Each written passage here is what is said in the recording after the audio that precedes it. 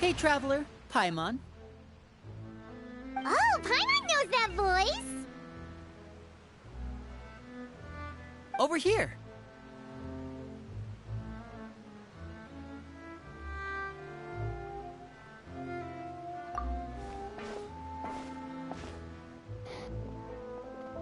To borrow one of the more popular turns of phrase at the moment, this appears to be quite the fated reunion.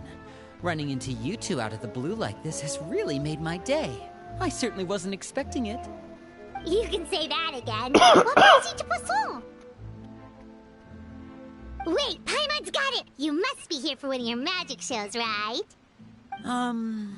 Actually, we've run into a bit of trouble on the home front, so Father arranged for us to stay in Poisson for the time being. Oh, are Lynette and Fremine here too? Yep, along with most of the other members of the House of the Hearth.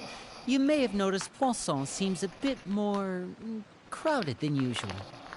So you're saying nearly the entire organization has moved to Poisson?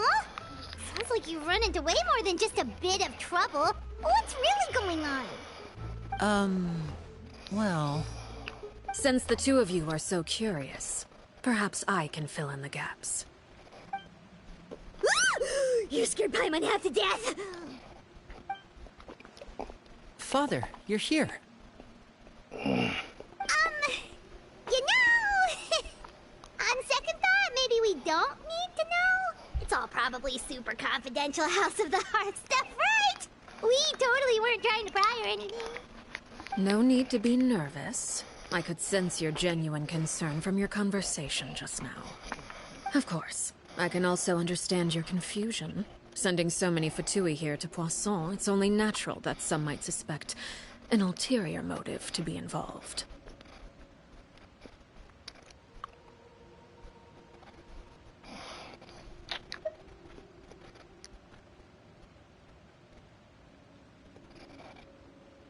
I understand. I'm well aware you've had your fair share of confrontations with the Fatui in the past, and I can't exactly guarantee that we'll remain on good terms in the future. As for right now, however, I would say we have little reason to be at odds, wouldn't you agree? The House of the Hearth could stand to be more open with those who have worked so closely with us in the past. As for the issue at hand, well, it hardly relates to any ulterior motive. To be frank, it all stems from a certain rumor circulating around the House of the Hearth. It's an internal matter. What sort of rumor? A rumor that a certain phantom child is hiding away in the House of the Hearth.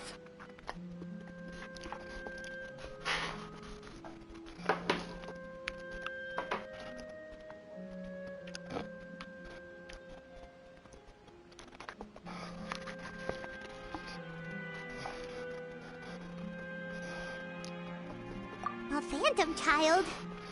Ooh, just hearing the name is giving Paimon the creeps.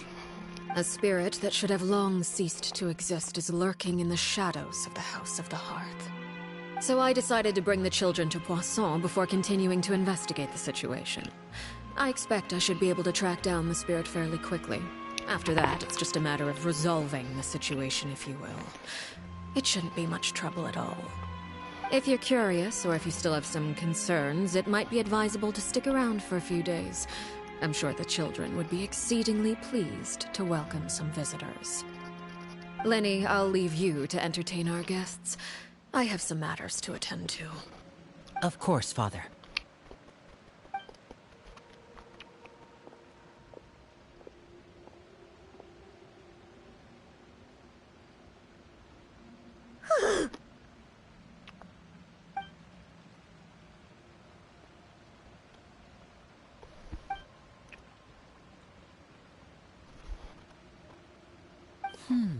It has long been a dream of mine to invite you to our home and introduce you to my other siblings. You're quite well known in the organization already. A lot of people have been talking about you, especially after everything with the prophecy. If you're willing, why don't you stay a while and have a little chat with us? Alright. We don't have anything else to do right now anyway. But let's be clear, we're just gonna be there as guests, okay? Don't get any funny... Oh, wait a second. For your guests, that probably means we'll be treated to lots of yummy food, right? Of course. What a greedy During pig. our stay in Poisson, we've been helping out the locals with some fishing. We bring in quite the bounty every day. In fact, today is the perfect chance for me to show you what I can do in the kitchen. Let's go. I'll take you to where we're staying.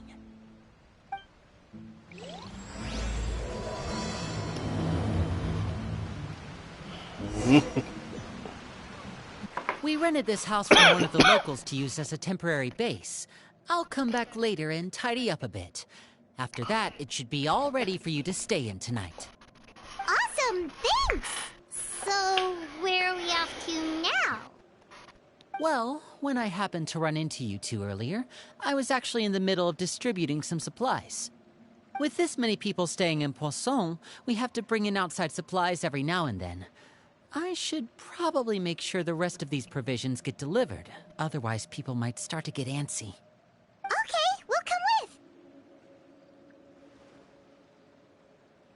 There are all sorts of rumors about your organization floating around out there. Paimon's not sure if she could even take a wild guess as to what's true and what's not. But now that we finally have the chance to see a day in the life of the house, we can take a good look at how you operate. Well, you're more than welcome to come along. Just follow me.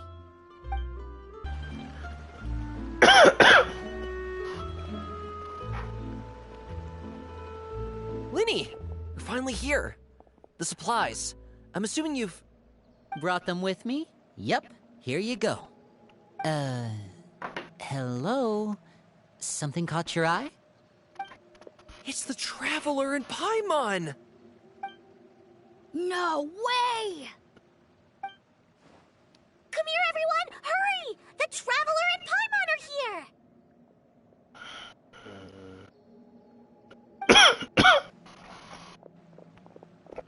One at a time, please. Don't crowd around them all at once. We don't want to scare off our guests now, do we? Oh, it's all right! Gotta say, Paimon didn't realize we were this famous. Of course! Father and Linny have told us so much about you. Father told us about how you helped Linny. According to her, you're a trustworthy friend. And as far as she's concerned, that's pretty much the highest compliment we've ever heard her give. As you can imagine, everyone's been very curious about you. I heard the Traveler is so strong that she can move a mountain with her bare hands. I heard Paimon eats so much that she can clean out the entire pantry at Hotel de Boer in just 3 days. Wait a second, that's the rumor you heard about Paimon? Oh, not cool at all. It doesn't sound too far off, though. Oh, wait! When guests visit, you're supposed to give them gifts and stuff, right? Oh, we don't need something like that. Besides, we don't have anything to give to you. Come on, we insist. I can give you some of my new potions. Just pick your poison. And by that, I mean medicine or actual poison. I've got both. Huh? Or maybe Shaplo can teach you guys about stealth! He's super good at it! He's never been caught! Ah, now that's not a bad idea. I know you usually prefer to fight head-on, but it never hurts to expand your bag of tricks, right? When it comes to eliminating your enemies, staying quiet can go a long way. Trust me, I would know. I was poisoned not too long ago, and I'm still dealing with the after effects. So I'm not quite as good as I was before, but I can still give you some pointers. Wait, when you said gifts, Paimon didn't think you meant poison and stealth tactics. But those are the best things we can give you! You don't like them? Ooh, how about this? Tell me the name of someone who really annoys you, and we'll teach him a lesson for you. All right, Fold, Selwar. I think that's enough suggestions for now. When it comes to being a good host, it's the thought that counts. You don't need a physical gift to make our guests happy. In fact, pestering them with suggestion after suggestion might make them more annoyed than anything. I would say your enthusiasm has certainly gotten across. Really? Awesome! It's been so long since we've had guests to play with. If there's anything you need, just let us know. Yeah, especially if it's poison or something. I've got all sorts of potions for that. Well, we'll talk to you all later. We've still got supplies to distribute. All right, see you later. She raising an army of ninjas or something? Bye!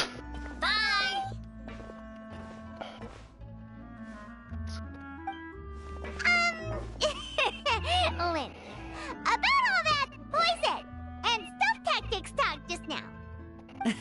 Scared you, did it? That kind of talk comes with being part of the House of the Hearth. When Foltz was really young, he strangled all of his family pets, just out of curiosity. He was labeled a dangerous problem child and was abandoned by his family. Elwar has an unnatural obsession with potions. Father has forbidden her from trying all the different concoctions she comes up with, but she still tries to test them in secret. You really have to keep an eye on that one. Chaplot is around my age. While I'm mainly responsible for collecting intelligence, he handles surveillance. He's very passionate about his work and has no reservations about taking on some very difficult missions. I know you two probably aren't used to that kind of talk, but I can promise you they only had the best of intentions. Things like stealth tactics and developing different poisons, they really mean a lot to them. They were just trying to share the best of what they could offer, that's all. House of Weirdos. Like, Filio, supplies are here. Thanks. And who are these two? Outsiders? Allow me to introduce you. This is the Traveler and Paimon. Oh, you're the famous duo I've been hearing so much about. It's nice to meet you. I heard you've traveled to all sorts of places. Is that true? Of course, we're making our way all across to that. Oh, good for you. You must be pretty familiar with Fontaine by now, then. Have you seen the new opera that started running recently? I think it's called... The 4,000 Thieves? Oh, this is the first we've heard of it. It seems like it's going to be fantastic. From what I've been able to tell from the posters, anyway. You should definitely check it out if you have the time. Oh, and there's The Blind Maiden, too. That one is supposed to have audience interaction. Seems pretty interesting. After this mission is over, I think I'll go get a manicure. Oh, maybe I should dye my hair. Wonder how much it'll cost. Is it just Paimon, or do these two seem much easier to get along with than the others? Looks like the House of the Hearth has some normal members after all. I heard that. Oh! Oops. I'm guessing you're referring to Foltz and the others? Yeah, we're definitely not all like them. I bet those crazies are practically foaming at the mouth right now. I'm sure they just can't wait to get back to Snezhnaya to carry out the plan. That's enough, Filio. Don't talk about family members behind their back, right? Whatever. Let's go. Guess this is goodbye then. If you ever have some time, we should go see the opera together.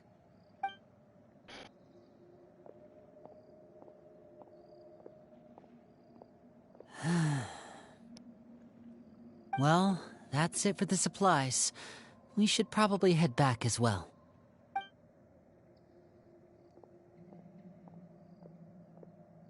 Well, they didn't seem too happy with each other. Seems like there could be something more going on here.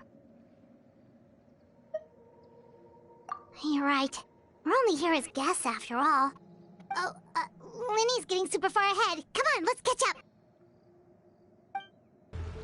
So, what do you think of the members you've met so far? Well, Father is always encouraging us to be strong-willed and independent.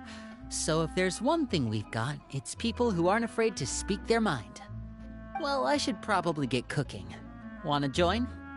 Of course! Then let's head out and... Huh? Fremine? What are you doing here? Well, Fremine! Nice to see you again! Oh, you too. I heard you're here as guests of House of the Hearth. Welcome. We were just going to make some food. Why don't you come along? I could use some help in the kitchen, and I seem to remember you mentioning you wanted to make seafood soup for the traveler in Paimon. Seafood soup? Oh, Paimon's drooling already. Were you looking for something just now, Fremine? Maybe I can help. It's nothing. I just wanted to see if there were any extra supplies. Yeah, we've got some left over. What do you need? Some food and water. And some clean cloth, if possible. No problem. Give me a second here. Food, water... Wait a minute. What do you need all of those for? You're not on any missions as far as I'm aware, and you were just going to come eat with us. So what's this all about? I thought I'd grab an extra portion because I get hungry at night. Could be because I'm growing, you know, and... Fremine, you remember what I told you? You're not like me. Your lying skills still need some work. Tell me what's going on. Is it really bad enough that you have to keep it from your own brother? Maybe it'll be better if we gave them some space.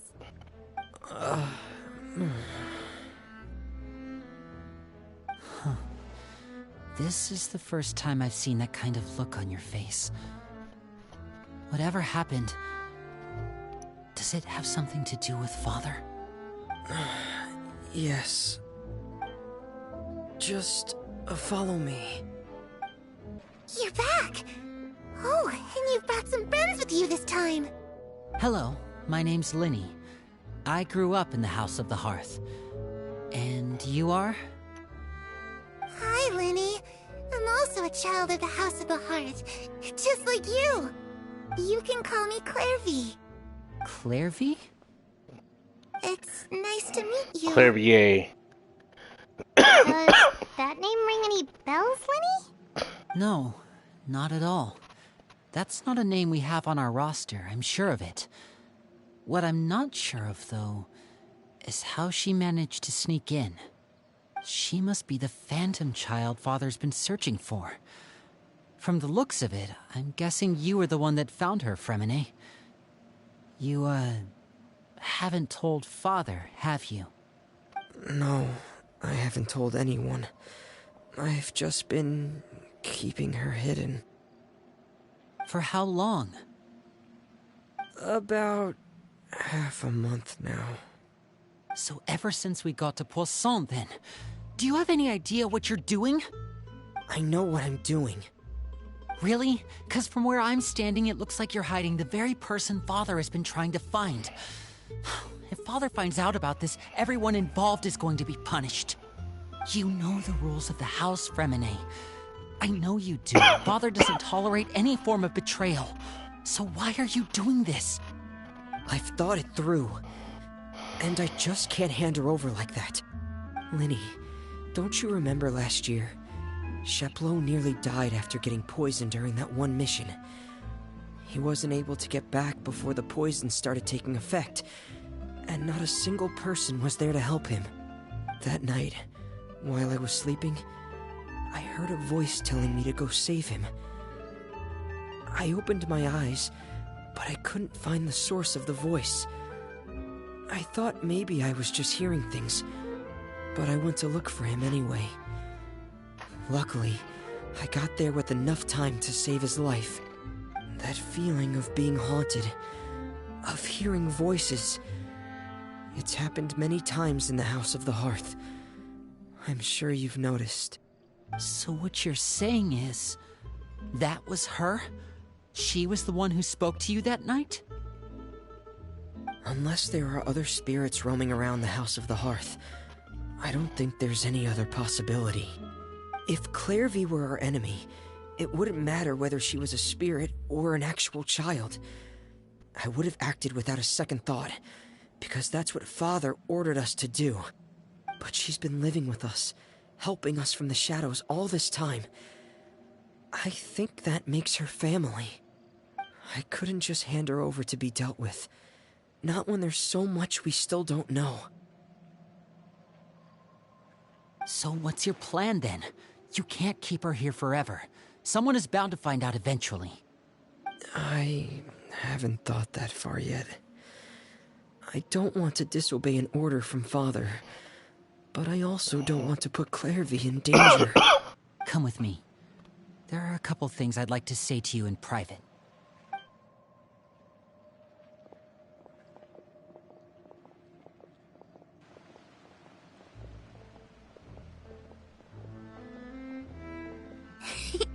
Those two sure care a lot about each other.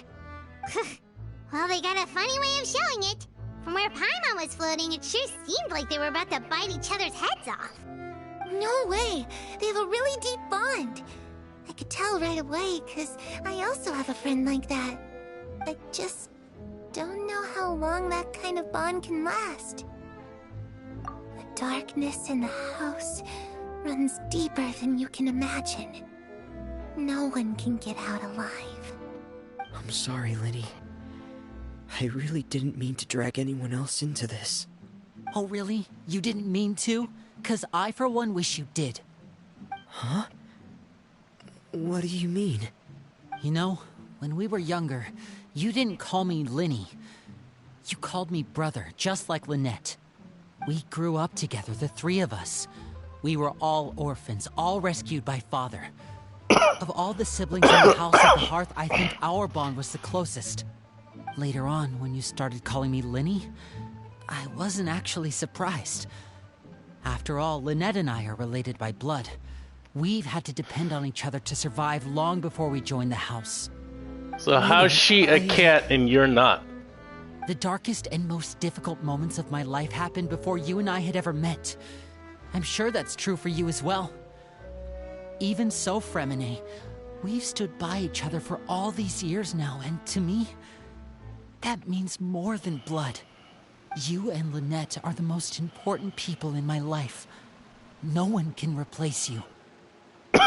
So I won't let you face anything alone.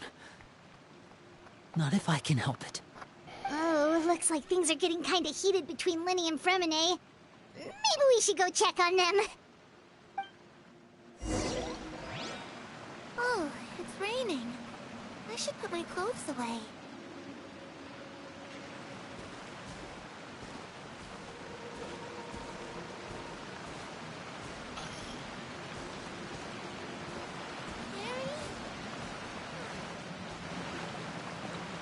Hey, you two! Hope we aren't interrupting anything. Like a fight, or... Oh, wait a minute, Fremine. You're not crying, are you? Is everything alright? Everything's fine. Thanks for asking. Well, we're all friends here, right? We've been through so much together, so if there's anything we can do to help, just say the word. It's just a small family dispute. It's not something our guests should trouble themselves with. In fact, it might be better if your stay ended here. What are you getting at, Traveler? When guests are around, families are often on their best behavior. And any disputes are less likely to escalate. That's what you're trying to say, isn't it? I just... Thank you. I was really hoping to keep you out of it. But even if I could think of some other reason to turn you away, I'm not sure I could convince you. I know things could turn dangerous, so I promise you this. From now on, I'll protect you like my life depends on it. Me too. Well, back to the matter at hand then. If we don't plan on handing Clairvy over to Father, then our only other option is to solve the mystery of her identity before Father is able to track her down. That means finding out where she came from and what she's doing here. Then we can send her on her merry way and pretend like none of this ever happened. I've tried that already. And? And... nothing. I tried taking her somewhere really far away, but... after some time, she just reappeared. She even came with us all the way to Poisson. It seems like wherever the house is, she follows. I don't know much about spirits. Do you two have any ideas? Let's see here. Paimon remembers hearing something like, if you fulfill a spirit's last wish before they died, they'll let go of whatever's keeping them here and return to the ley lines.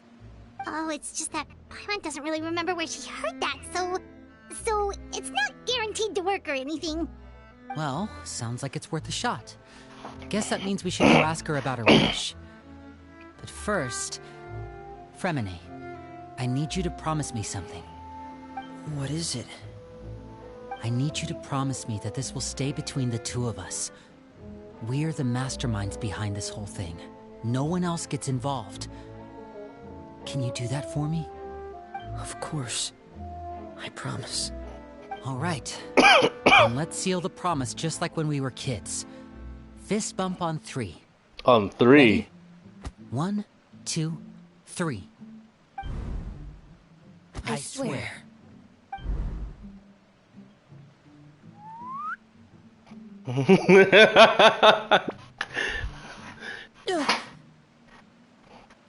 Whoa!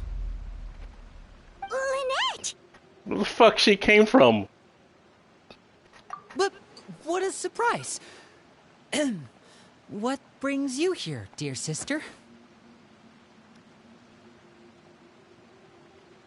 And, when exactly did you get here?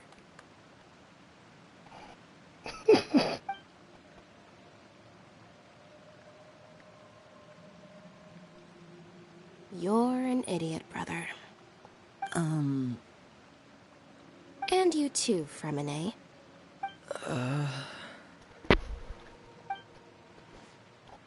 You 3, Traveler. And you 4, Paimon. Wait, what did we do? I've seen Clairvy around the House of the Hearth before. I hadn't seen her in Poisson, so I figured she must not have come with us. But it turns out, you were just hiding her. I heard you talking about your plan. Rather than steering clear of the situation, I'd rather fully join in.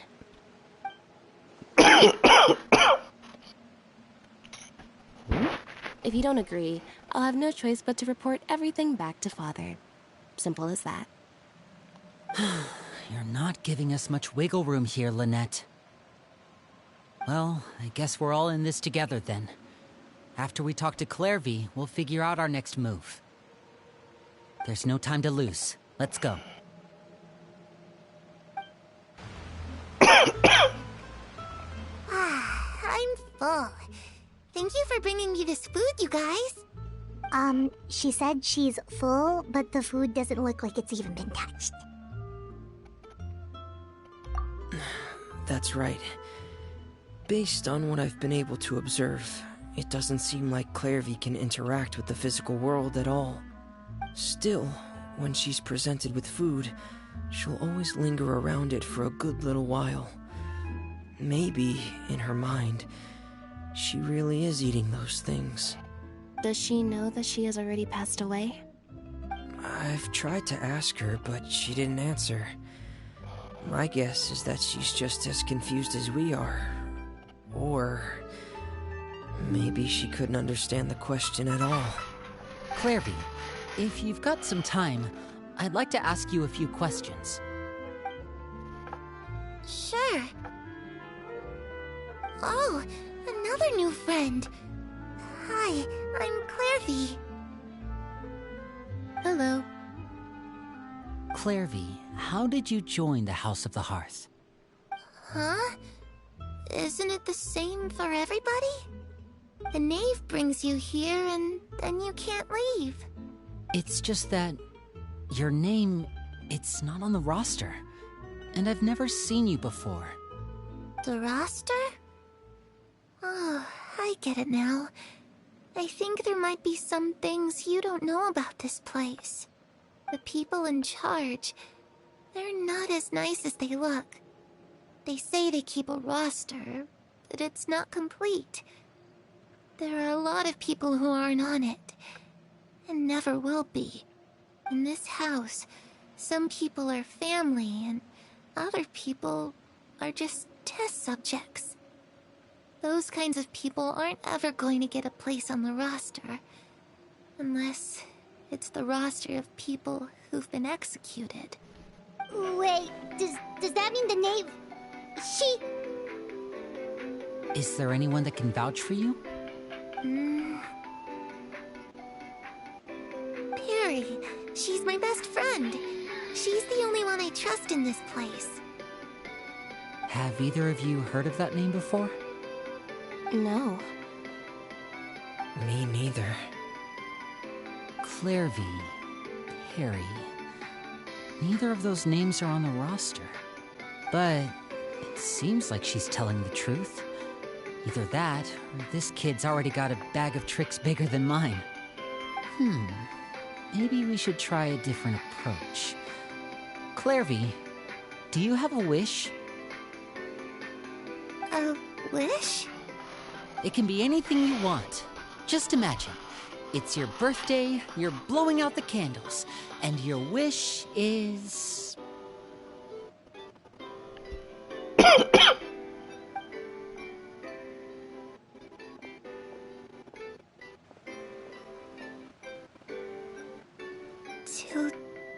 To go outside, where the sun can find me.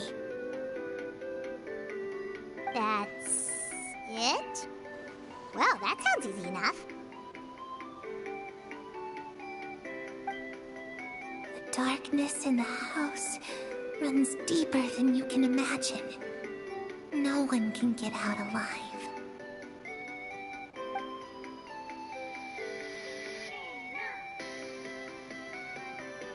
Okay, time to divide and conquer. Listen up, I've got a plan. I'll try and find a way to use basic illusory magic to take Clairvy outside and bring her somewhere with sunlight. Lynette, try and find the list of executions that Clairvy was talking about, and see if her name is on it. Fremine, you stay in Poisson. We can't be the only ones who've had run-ins with Clairvy. I need you to collect intel on everything she's said and done. Understood. I'll try my best. What about us? What should we do? I really appreciate your willingness to help, but this is a family matter. I don't want to drag you in too deep. It's too risky. Let me think. Since Father considers you to be guests, maybe you could stick by her side for a little while. You don't need to do anything except keep up some nice, casual conversation. Ah, Paimon gets it. You want us to distract her.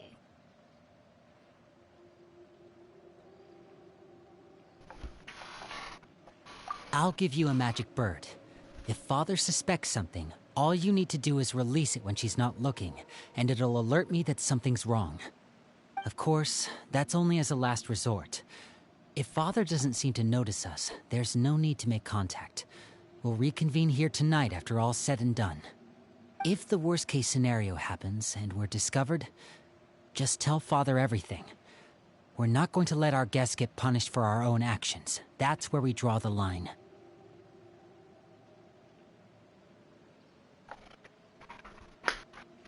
You too. Okay, this is where we part. Father should be at the beach nearby.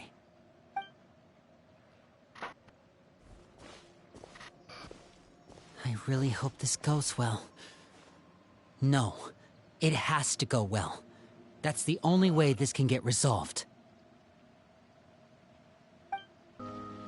It's the Knave!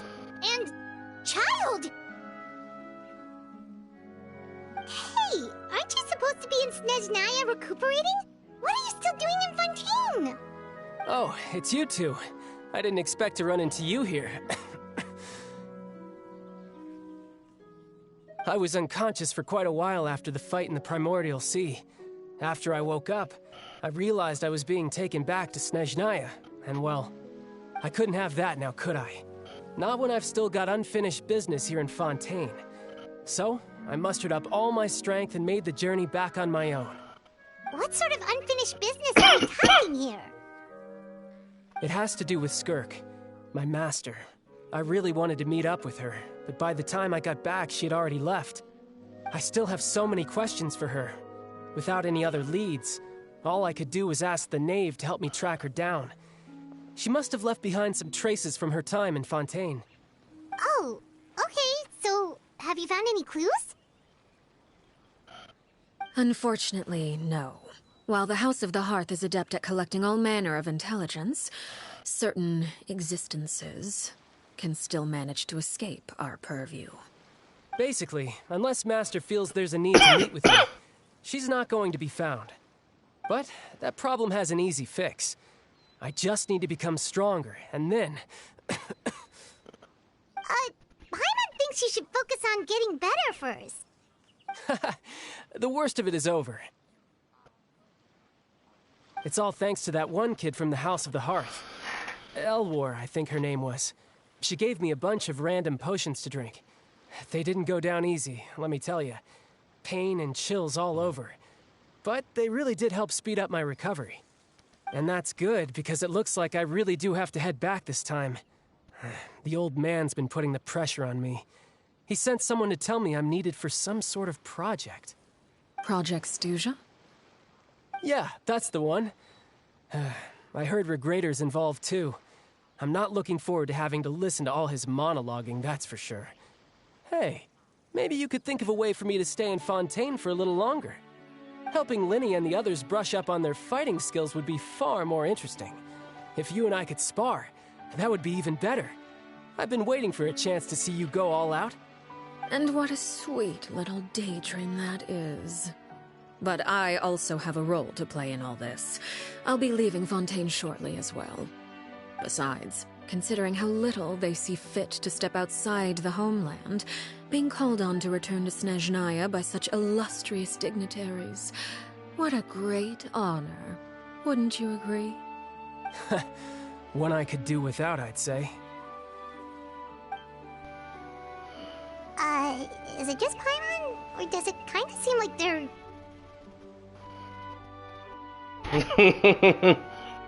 So, dear guests of the House of the Hearth, to what do I owe the visit? Well, we just... Right! We're super close to Linny and the others, but we still don't know much about you! Is that so? Introductions have already been made, have they not? Oh, well, you see? There's only tell us something a little extra, like... Why do you call yourself father? Good question. I'd also like to know. The fact that you have to ask tells me our intelligence work has been quite successful. Telling you the answer to that question would only serve to undermine that success. And we can't have that, now can we? Spoken like a true diplomat. That was some expert sidestepping right there. Well, if there's nothing else, I think I'll take my leave. I still have a small matter to resolve at home. Wait, don't go!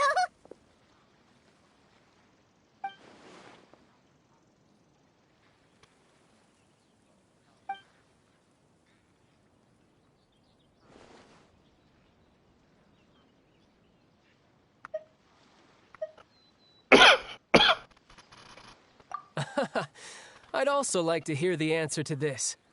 I've met some of the members of your organization, and they all seemed like really good kids. They actually reminded me of Tonya and Tusser. Which, by the way, if you ever betray them, I'm just letting you know, I won't let you off easy. And why would I betray them? Well, you've already betrayed the House of the Hearth once, haven't you? At least, that's what I heard.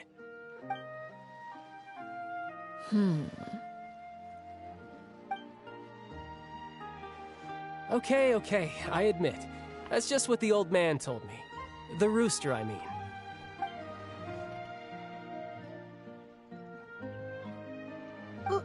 Wait, did you really do something bad to those kids? Never mind what I've done. I'm more curious as to what the mighty rooster had to say. Care to enlighten me? Well, nothing much.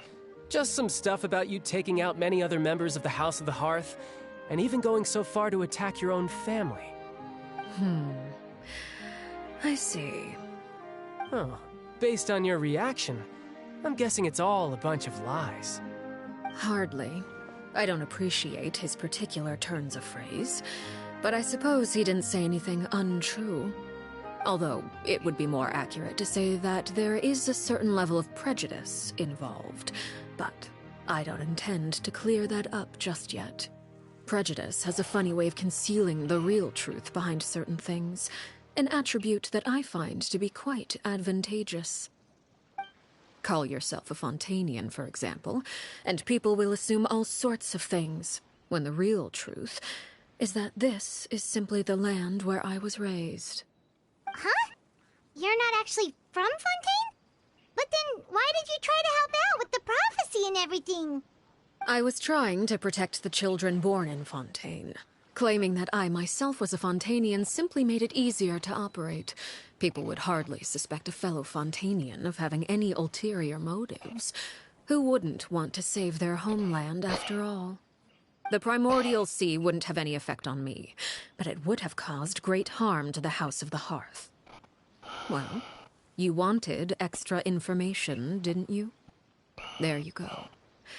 I hope that satisfied your curiosity.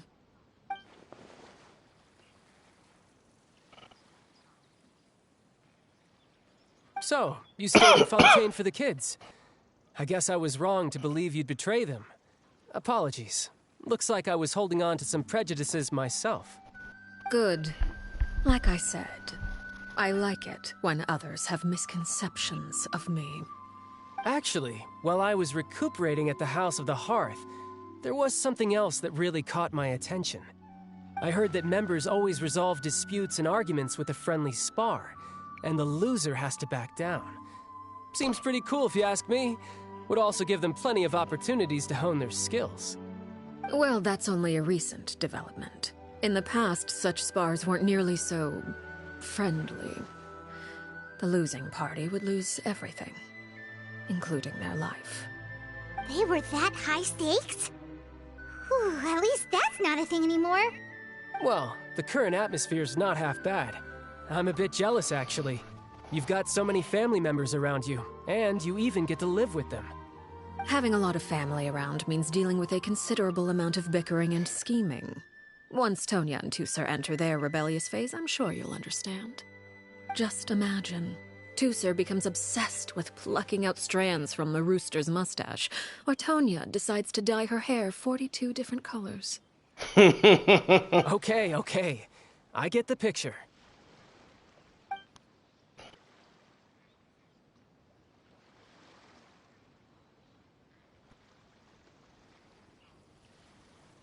Well, would you look at the time? I should probably get going. Traveler, Paimon, I'm not sure where our paths will cross next, but the next time we run into each other, we should definitely try and find some time to spar. Again, maybe this is a conversation we can have when you look less like you're gonna keel over. All right. Well, thanks for everything, Arkecchino. No thanks necessary. You also played a part in obtaining the Gnosis. I would say we can call ourselves even. I like the sound of that. Well, I'm off. See you all some other time. We should probably get going too. Do you want to head back with us? Oh? You want me to leave so soon? Oh, well, you see, I'm rather enjoying the evening breeze. If you don't mind, I think I'll stick around for a bit. I have some things to think about. Apologies for not attending to you like a proper host. Please forgive this slight. I do hope you'll have a pleasant stay. We managed to keep her distracted until nightfall. Good thing Child was there to keep the conversation going. You don't think she suspected anything, do you? Oh, I wonder if Liddy ran into any issues. Let's hurry back and see how everything went. I wanted to ask about this Gnosis collecting business. Like, what's that about? Oh? You decided to stay a little longer? Let's take in the ocean view together, then.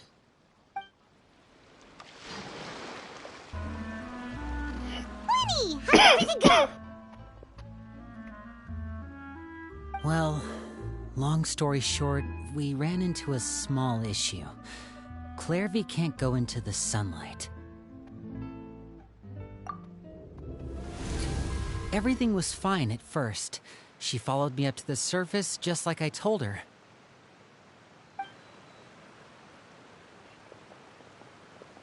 But as I led her out of the shadows and into the sunlight, she vanished. I turned around and there she was, standing at the edge of the shadows, silently watching me. Huh. Maybe she's afraid of sunlight, or... No, it wouldn't be her wish if that were the case. Well, we could always try pushing her into it. Oh, true. I've pretty much tried it all already. Nothing worked. Eventually, the sun went down, so all I could do was bring her back here. How did it go with you, Lynette? Good. I've got the list. It's right here. Really? Well, what are we waiting for? Let's take a look!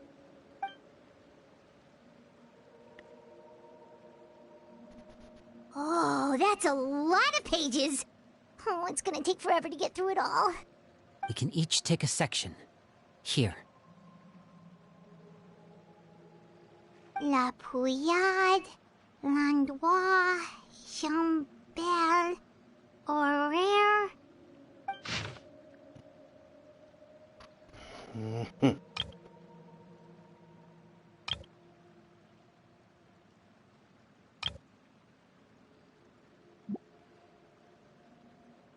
Oh, yikes. That Horaire guy has a huge scar on his face. He's kinda giving Paimon the creeps. Ah, I've met him before. The scar is from an injury he received during a mission. I still remember him joking with me about it. He said any future lover would take one look at him and then lose all interest.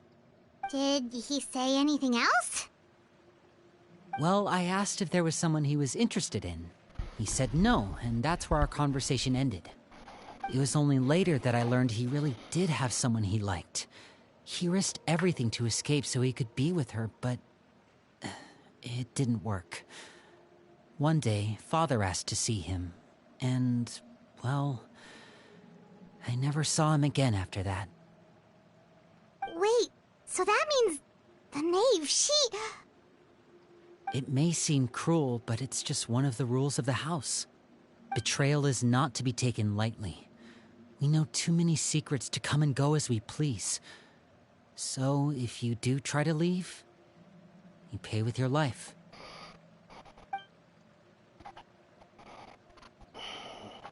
Her name's not here, huh?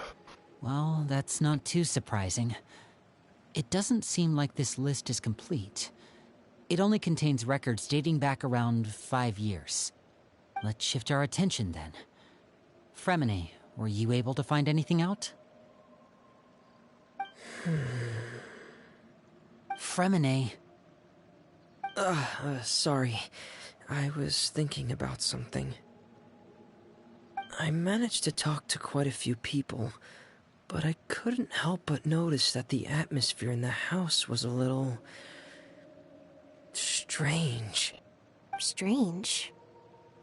Yeah, I mean, I know there have been arguments in the past, times when people haven't gotten along. Chaplot and Filial are a good example of that. Oh, those are two of the people that we met while delivering supplies. Paimon can see how they might not get along. They had very different vibes, and their, interests seem to be pretty different as well. That's to be expected, actually. Father brought us all here, shared her knowledge with us, taught us how to fight. That's one thing we all share. But that's also where the similarities end. Not all of us feel the same desire to stay here. As members of the House of the Hearth, we're also considered part of the Fatui. And to a lot of people, that's an identity they never asked for. Certain members get older and realize they want something else for themselves. But considering the rules of the House, most people would never say that out loud. People like Chaplot and Foltz are loyal to Father and her vision. They're proud to be part of the Fatui. Filial and Nantoy, on the other hand, well, they aren't quite as enthusiastic. These kinds of conflicts have always been there. It's not like Father is in the dark about any of this. Well, that's true. But it just feels like things have gotten worse lately. Filial and the others, it seemed like they were meeting in secret to talk about something. I can't say for sure, but I think they've met Clairvy. You think she's been inciting them to act out? No, not exactly. But I wouldn't be surprised if she said something to them about the darkness in the house and how deep it runs. She's told me about it before. Experiments being run on children. People being used as pawns on the battlefield without so much as the strength to survive. And they just believed all that?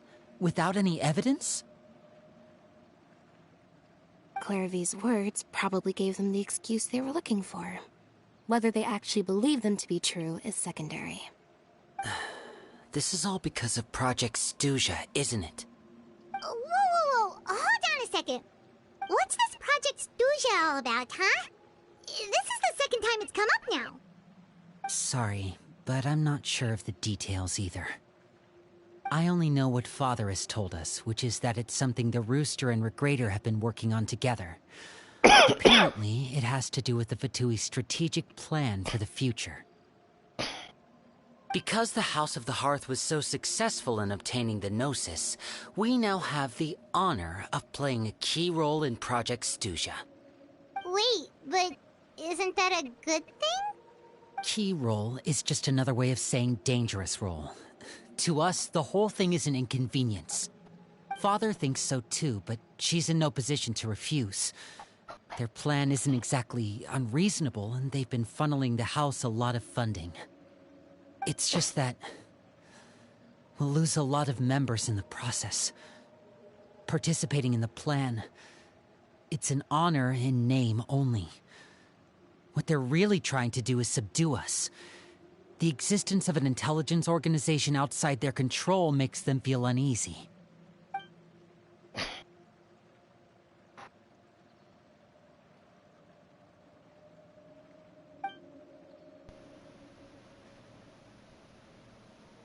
Okay, super complicated top secret Fatui business aside, what does all of this have to do with the conflicts you were talking about earlier? Paimon doesn't get the connection. External pressure has a way of exacerbating internal strife. You can't overlook the power of fear either. People are afraid of dying, and that fear is often the impetus for a lot of stupid decisions. I thought resolving the Clairvy situation would make everything go back to normal, but it looks like things are more complicated than I thought. If we leave Filial and the others to their own devices, sooner or later, Father will be forced to take action. We can only focus on one situation at a time, brother. You're right. Even if we confront Filial and the others, it won't do any good. It might even make matters worse. We should focus on Clairvy for now. Well, it's getting late. We should head back and get some rest. We'll try again first thing tomorrow. Lynette, you stick with me this time. Fremine, keep a close eye on Filial and the others. Make sure they don't do anything they'll regret. Good work today, everyone. Have a good night, and I'll see you tomorrow.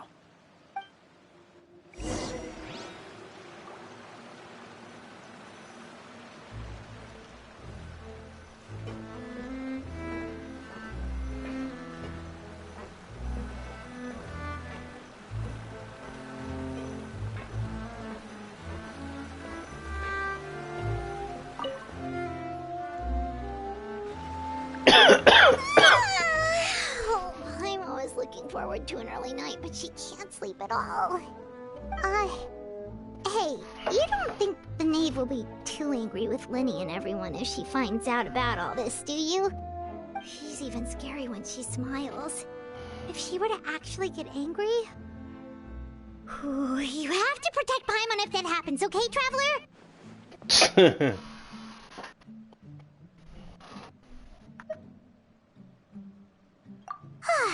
Trust as ever, Traveler.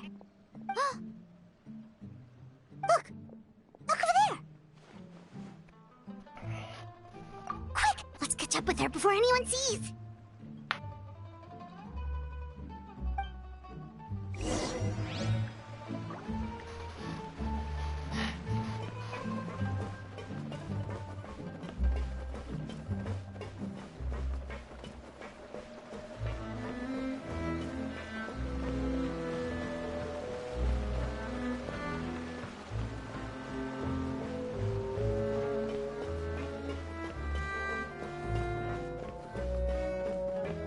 Over there!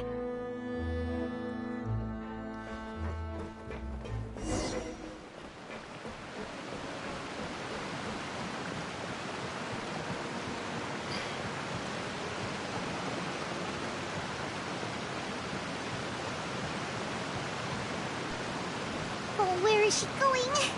Oh, if someone sees her, we're toast!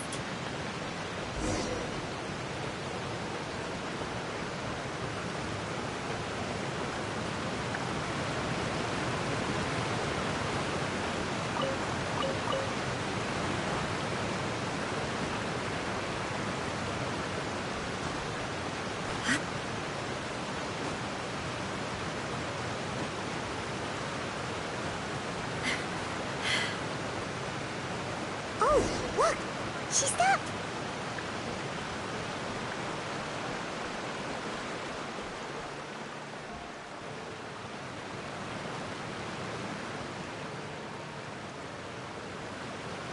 Clairvy! Shh! I opened the window while no one was looking. Look how pretty the outside is. If only I could have more than this. You probably think I'm being silly, huh? All this hopeless resisting. It's better to dream of what I could have than try to make it a reality, right? Please, help us get on the same page here, Clary. We need you to tell us what you know. Can you do that? Sure. Although, after you hear all this, I think you might regret that decision. Everyone in this family is nothing more than a tool. Something to be used and exploited. We're all expendable. Including me. As long as you're useful, you get to stick around. Lose your value, and you're handed over to the doctor, experimented on, and given a fate worse than death. I've seen it happen again and again, and I've had enough. You're saying the Knave did all that? It's just, that doesn't seem like something she would do. She's scary and all, but it seems like even she has lines she wouldn't cross. I knew you wouldn't believe me. Everyone thinks she's a good person. They all think of her like a real mother. Mother? But she doesn't deserve that title. She's disgraced it and tarnished it. And if I had things my way, I'd never see her again. If only Perry were here, she'd understand. Perry? There's that name again. Also, Paimon's getting a strange feeling. It almost feels like she's not really here with us. Paimon can't tell if she's actually talking to us or if she's mistaken us for someone else.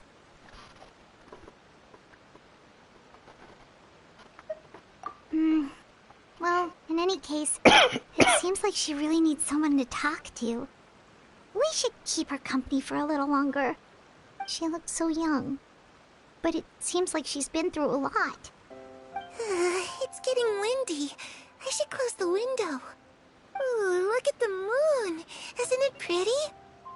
Hey, wanna hear a secret? I heard that if you look up at the night sky in Snezhnaya, you can see the aurora. It's supposed to be super pretty. Even prettier than the moon tonight. Harry and I promised each other that once we're older, we're gonna go see it together. But I can't find her. I'm worried she's also been... No, that wouldn't happen to her. She's special. Mother likes her a lot. I should really go talk to Mother, but we just fought. She doesn't want to see me, and I'm too scared to face her. What should I do?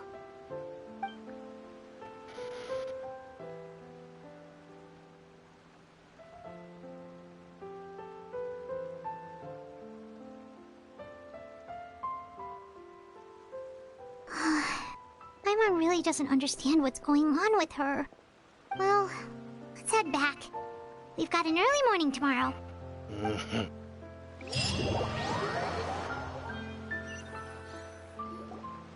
All right, looks like we're all here. Let's go ahead with the plan. Oh? What is it? What makes you ask that?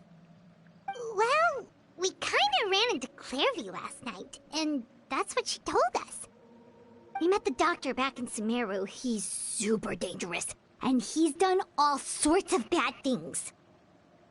It's possible that Father and the Doctor have had certain dealings, but I don't think Father would work with him. We're not really on the same side, so there's not a lot of trust between them. That doesn't exactly set the stage for a successful partnership. I did hear, though, that when Father first became a Harbinger, the Doctor offered to work with the House of the Hearth. Father rejected most of his proposals, except for one. It had to do with some sort of secret experiment. Secret experiment? Could that be what Clairvy was talking about? I don't think so. I don't know any details about the experiment itself, but I do know it's an entirely independent operation. The Doctor only proposed a direction for the research. That was the extent of his involvement. I still don't think that counts as working together. The details of the experiment are confidential, but complete records are kept on all participants. That doesn't seem to be the case with the situation Clairvy referred to. I know you don't agree with some of the Fatui's methods, and I'm not asking you to. But I am asking you to trust us on this. The House of the Hearth has its own principles. There are certain lines we're not willing to cross. Alright, that's good to hear at least.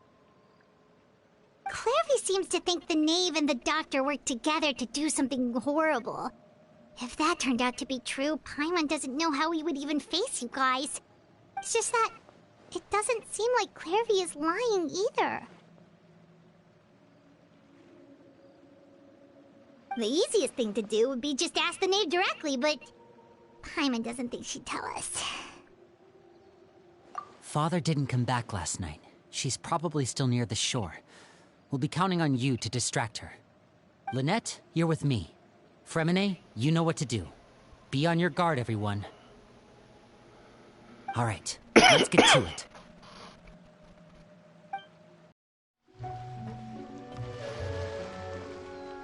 Ah, it's you two again.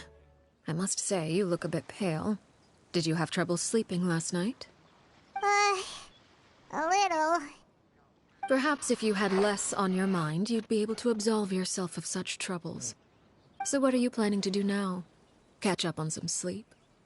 Or should I give you some time to rack your brain for a topic to discuss before I ask any questions?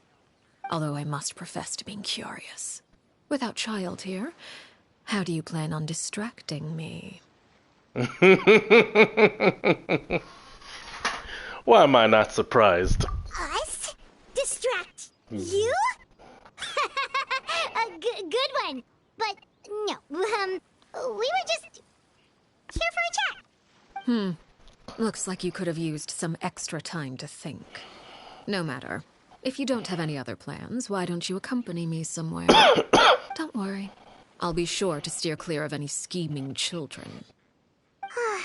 The ocean breeze is sure nice today. Children always think they can hide things from the grown-ups. But nothing gets past me. Least of all a little scheming. I think I'll let them have at it for a little longer. I can be very patient. Well, I'll leave you to think things over. If you're so inclined, meet me outside the Palais Mermonia. Good things come to children who do as they're told. So I do hope you decide to tag along. If only for your friends' sakes.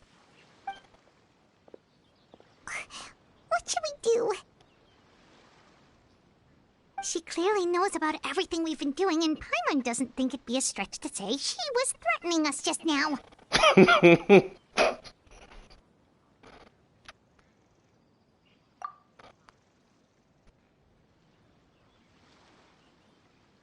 Oh, good idea. Hopefully he sees it in time. Well, we should probably head to the Palais Mermonia. Paimon doesn't want to find out what happens if we don't show up.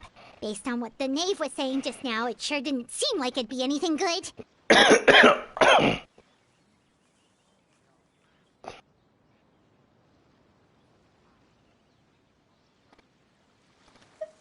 Okay, then we probably shouldn't keep her waiting. It seems like Lynn and the others are on thin ice, so let's do our best to not get them in any more trouble. Seeing as we still have some time before my meeting, we might as well enjoy some pleasant conversation while we wait. I'm glad to see you get along with my children. Being surrounded by good companions is necessary for a child's development. You're not planning on doing anything to them, are you? I assume you're referring to Lenny, Lynette, and Fremine. Although, there's that situation with Filial and Nentoy as well. It appears quite a few people have been acting out lately. No matter. I'm not one to discriminate. All those who betray the house meet the same fate. There are no exceptions. Does that mean you're going to kill them? Oh, are you here to beg for their lives? I'm sorry to disappoint, but the rules of the house change for no one. In my organization, everyone is responsible for their own actions. But don't you care about them at all? They really respect you. They even call you father. You must feel something for them. Any organization in which feelings come before principles is one destined for ruin. The House of the Hearth is hardly an exception. You could say our principles are more stringent than most. Perhaps I can offer you this consolation at least. As our guests, you two will not be held accountable along with them. I would imagine Linny, Lynette, and Fremine will be able to keep their lives. As for Filial, Nentoy, and the others, I'm afraid there's little I can do. They can try to escape, but once you know our secrets, there's no getting out alive. But that's awful. Ah, you seem concerned. Out of consideration for my guests, I suppose I could turn a blind eye for a little longer. If Linny and the others manage to dispose of Clairvy in the meantime, all evidence of their wrongdoing will be lost. In that case, I could hardly punish them for something I couldn't prove. If their efforts are unsuccessful, on the other hand, all will be held accountable. And the punishment will be severe. Of course. Oh, and here, I believe this belongs to you. Do try and keep better track of it next time. It takes a considerable amount of time to train a bird like this, It would be such a pity if you were to lose it. Permanently. Wait, where did you get that? Well, I'm afraid that's all the time we have to chat. Now, for the matter at hand. I asked you to meet me here because I have business at the Palais Mermonia. It has nothing to do with you, but I think it would be prudent for you to stick by my side for the time being. There will always be time later to run off and tell Linny what you've learned. Well, time to go. Looks like we wrapped things up just in time. This woman is shrewd.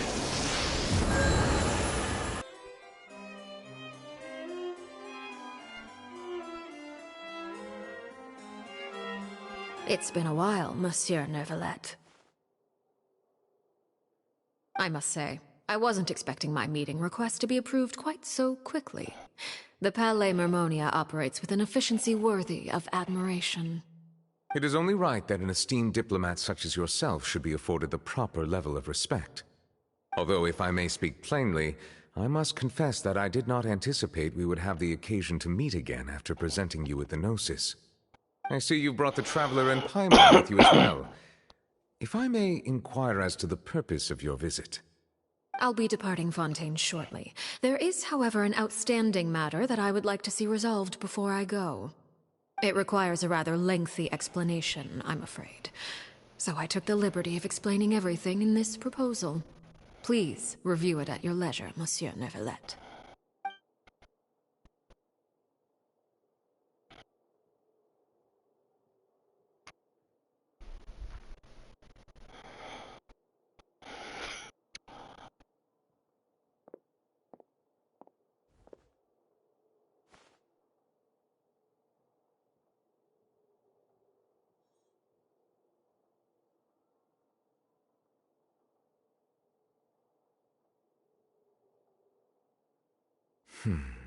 I understand your request.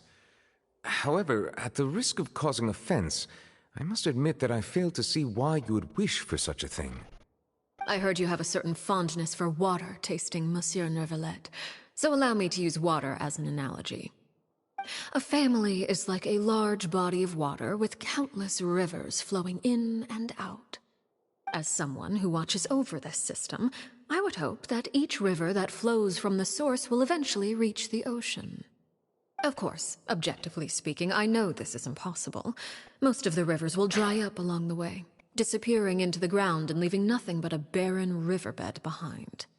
Not all rivers are destined to reach the ocean, but I would not see their existence rendered meaningless. I believe the water that flows within them is simply meant for a different destination, like a field in need of irrigation. Or perhaps the glass of a certain water-tasting enthusiast. Did you get any of that, Traveler? I kinda got it. Your words paint an optimistic picture indeed. Allow me to remind you, however, few among us are willing to sip from a glass filled with tainted water. It may have been tainted at one point in time, but not to worry. I'll make sure it's strained of all impurities and returned to its cleanest form.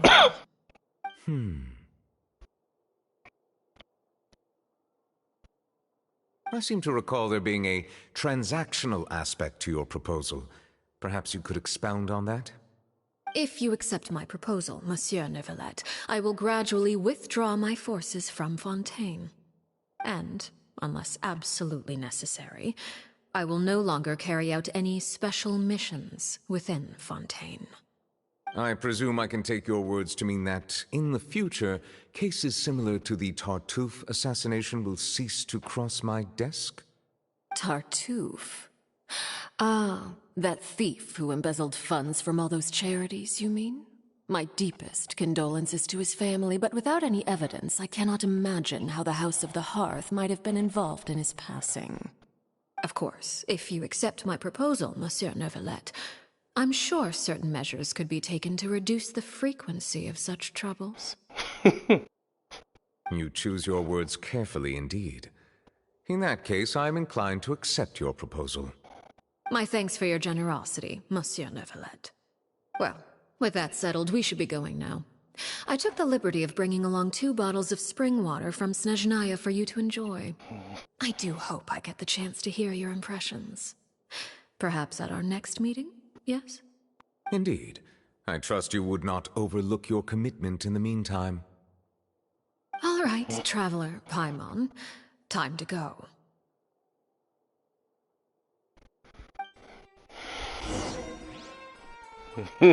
Yeah.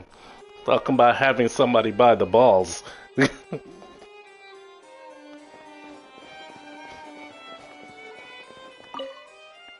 I believe I've told you before that my emotions easily resonate with those of others.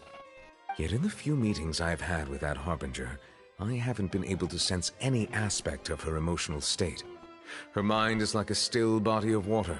Who knows what darkness lies in its depths, and the lack of ripples on the surface gives nothing away. It's unclear whether this is her natural state of being, or whether it's an incredible strength of will that gives her the ability to master her emotions. Either scenario, however, suggests she is a very dangerous individual. I do not expect an explanation as to why you two are by her side.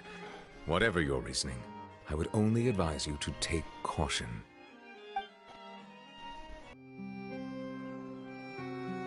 So, what exactly were you talking about back there?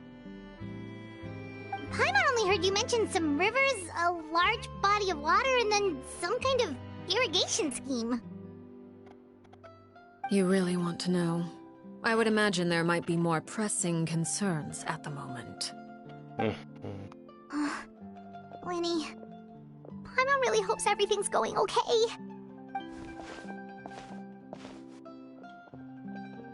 Oh, Paimon recognizes that look. You've got your thinking cap on, don't you, Traveler?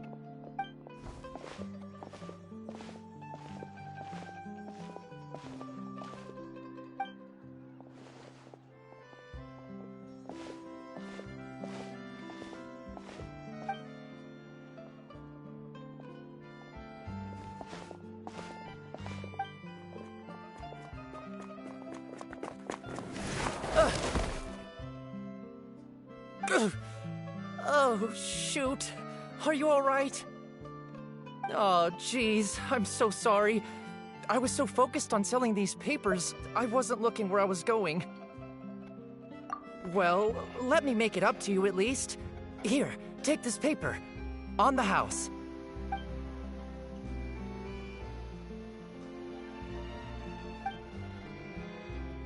Oh, you don't have to give us anything. Please, I want to. It's not like I'm short on supply. All the extras will be useless come tomorrow anyway. It's my fault, really. I was just trying to bring home some extra mora for the family, but I bit off more than I can chew. I haven't had many takers today, so I'm still swimming in papers.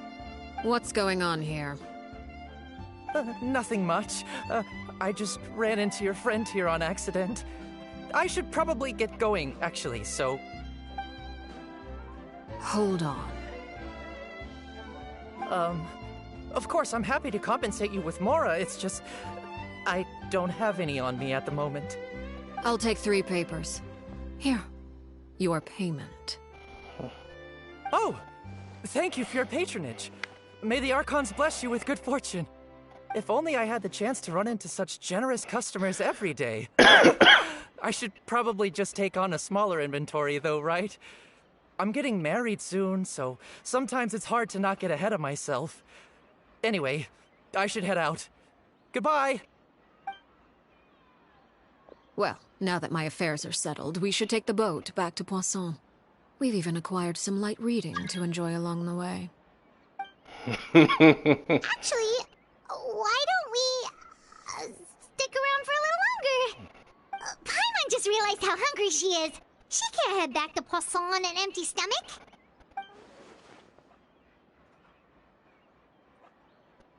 It appears you two are under the impression that delaying our return will somehow alter the situation in your favor.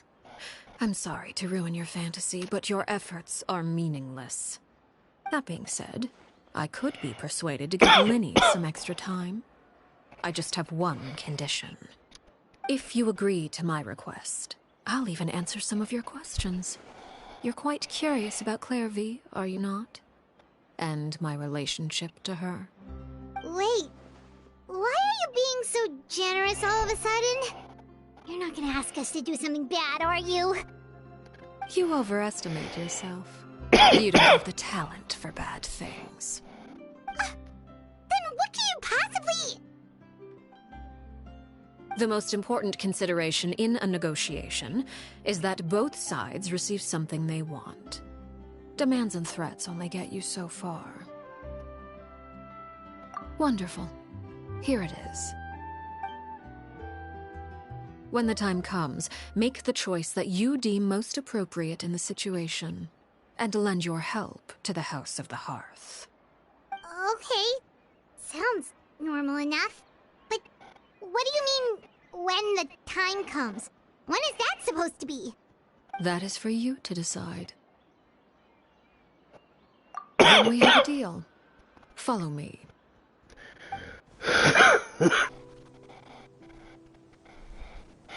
What is this place? Somewhere long forgotten by everyone. It used to be a grand building.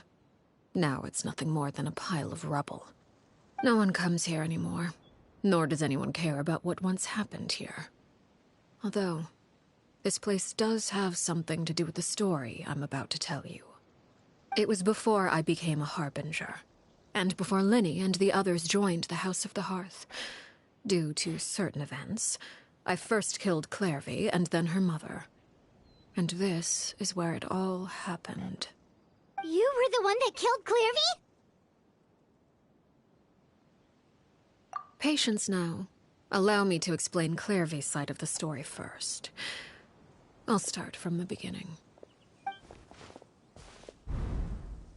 Clairvy was 6 years old when she was brought by her mother, Crucibina, to live in the House of the Hearth. From the outside, it seemed like a fairy tale. A thriving family made up of kind adults and friendly children. Crucibina was the Knave at that time, and the House of the Hearth was under her control. She was Clairvy's mother by blood, but she was also the mother to all the children in the house. Clairvy was happy here, for a time. But she quickly realized that being part of this family wasn't a fairy tale at all. It was a kind of purgatory. Purgatory? Exactly. The House of the Hearth takes in war orphans from all over Teyvat. But as for how to raise them, that depends entirely on the person in charge. Crucibina came up with a novel idea. She would teach the children to fight, force them to duel each other, and then crown as the king of the house the child who proved themselves most worthy of inheriting her title. It's difficult to estimate the number of children who died or were maimed in the process. There's little I can say about the ones who died. The ones that emerged with permanent injuries, on the other hand, well, they still served a purpose. They would be handed over to the doctor to be experimented on, or sent away on dangerous missions. Nothing more than tools to be used and then discarded. So those were the experiments Clairvy was talking about. But what actually happened to her? You said that Clairvy was Crucibina's daughter, so if Clairvy tried to convince her to stop what she was doing, Crucibina probably would have listened, right? Despite being Clairvy's mother, Crucibina cared little for her daughter. She forced Clairvy to join the House of the Hearth only as a means to demonstrate her own impartiality as a mother, to prove that she treated all her children equally. Clairvy did try to convince her mother to change her ways, but it was to no avail. After her efforts failed, the only other option was to rise up and try to fight back. Unfortunately, the other children had already been thoroughly indoctrinated into the illusion of happiness Crucibina had created. Of course, there was one exception. Someone Clairvy's age who knew the truth about the House of the Hearth. Her name was Peruere. Wait, the friend that Clairvy mentioned? Friend, huh? I suppose we can call her that for now. Clairvy was a cheerful and passionate person with a tenacious spirit. Peruere, on the other hand, was rather cold-blooded. Her cold-blooded nature allowed her to see through Crucibina's facade. Yet, it was also this cold-bloodedness that prevented her from acting against it. At least at first. While Clairvy longed for freedom, Peruere was convinced that, amid all the fighting and violence, she would make it until the end. Despite their differences, the two became fast friends, united by their knowledge of the truth. Clairvy told Peruere that she hoped to create a real family, where no one would be killed or sacrificed. There may have been a certain naivete to her ideas, but Clairvy proved her determination many times over. She tried countless times to run away, ask for help, or expose the truth. But her efforts only earned her beating after beating. The only thing that kept her going was her strength of will. Even with her body racked with pain, she would still stand on her tiptoes and open the window at night. She and Peruere would look out at the moon together, a fierce longing for freedom shining in her eyes. But one day that light simply vanished. Oh no. What happened? Her hopelessness resulted from a culmination of things. 10 years had passed. 10 years worth of failure after failure. She and Peruere weren't children anymore, but finding any chance to escape still seemed as hopeless as ever. It was during this time that Peruere suggested a new plan. If escaping was out of the question, why not take down the very person sitting on top of this throne of lies? Mother herself. Clairvy rejected that proposal.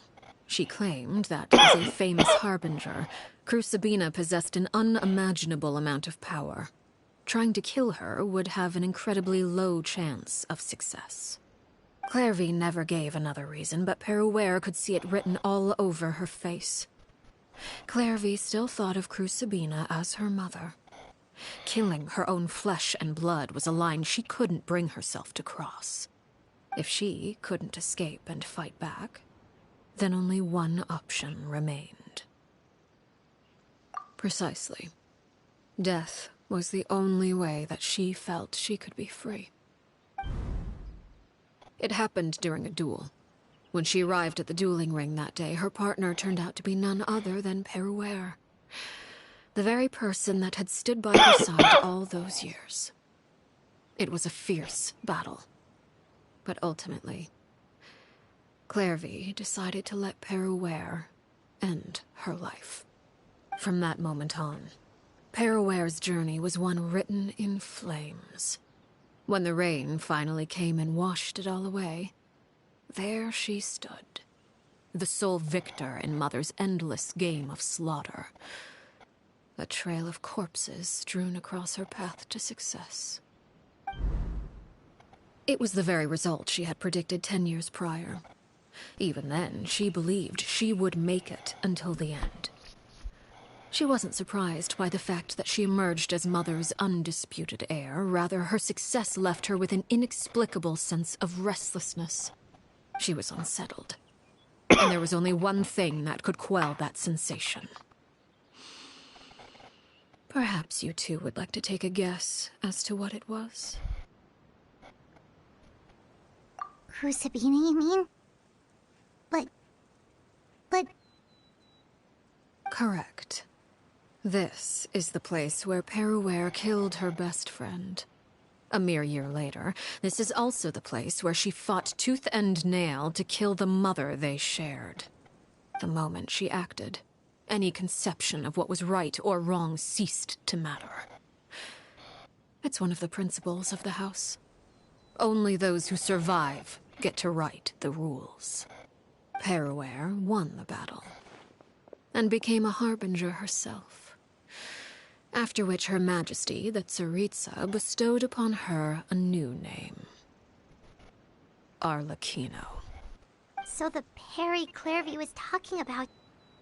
It was you all along. You're Perry. Arkecchino is just a name you got later. I left that name behind long ago. I must say, hearing it now does bring back memories. After I defeated Crucibina, the moniker of Mother died with her. I chose to forego the title she called herself and even chose to give up my own name. I rebuilt the House of the Hearth under a new identity. Not only as Arkecchino, but as father. And that is where the story ends. Any more questions? Yeah. Based on what you just told us, Clairvy wasn't a little kid when she was killed. So the Clairvy we met... was she really a spirit at all? I suppose you could call her an illusion born of flame. Her existence is like ashes to a fire. Something left over in the wake of blaze and ruin. You see, a certain power runs through my veins. It's not unlike a curse. My flames leave behind shadows of anything they consume. Of course, the chances of those shadows morphing into a sentient entity are exceedingly slim. Clairvy is a very special case. Clairvy died when she was 16 years old. But what emerged from the flames was her 6-year-old self. Her appearance wasn't the only thing affected. Most of her memories were lost to the blaze as well. Memory is a mysterious thing indeed. Losing a portion of your memories will alter your sense of self. Lose 10 years' worth, however, and it would be like living in the past. Like returning to a version of yourself that never grew up. No wonder Paimon got such a weird feeling when we were talking to her. Perhaps I should put it this way. Clairvy is someone trapped in time. It may seem like she exists with us in the present, but she truly lives in the confines of her own past. So if all of that is true, then you must have known about Clairvy for a long time. Indeed. She's a rather volatile and unstable entity. Sometimes she would look after the children. She's even saved some of their lives. But other times, she would hide from me and become obsessed with revealing the truth about the house to anyone who will listen. Shadows don't have the capacity to learn or grow. Any new information they encounter is quickly forgotten over time. Your attempts to expose Clairvy to sunlight. They failed, yes. The reason is actually quite simple. In Clairvy's mind, the house is impossible to escape. And it is this very perception that traps her there. But no matter. All I have to do is kill her again, and all will be resolved. I don't anticipate so much as a single speck of ash will be left behind this time. Wait! Paimon can understand why you might want her gone, but isn't there another way? Oh my god, there goes the... She's trapped in her 6-year-old self. She's still your friend. At least talk to her first. There goes Paimon again. The annoying version. It's too late for that. She broke the rules, and now she must be punished. That goes for Filial and Nantoy as well. She's had quite the effect on them. I hope you understand. The difference between Crucibina and myself lies in our formulation of the rules, not our policy for enforcing them. Upholding the rules without question is a trait we both share. Because that is how a household should be run. Is this really what you want to do? Whatever could you mean? Don't you want to say a proper goodbye at least? Whether as a killer or as a father, there are two things that must be avoided at all costs. Anger and sorrow. Anger makes you impulsive. Sorrow causes you to waver. Well, it appears it's about time to proceed. Before we arrived, I told some of my well-behaved children to bring our troublemakers here by nightfall. I do believe I've kept my end of the deal. I give your friends quite a bit more time. As for what happens now, We'll just have to wait and see.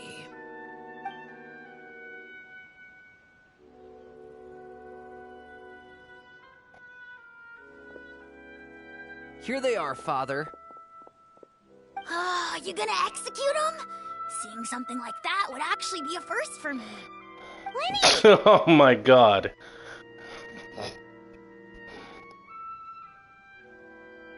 I'm sorry. I heard about how you helped buy us more time. But I still failed. I couldn't find a way to fulfill her wish. Huh? Are you... Perry? Indeed. It's been a while, Clairvy. Perry!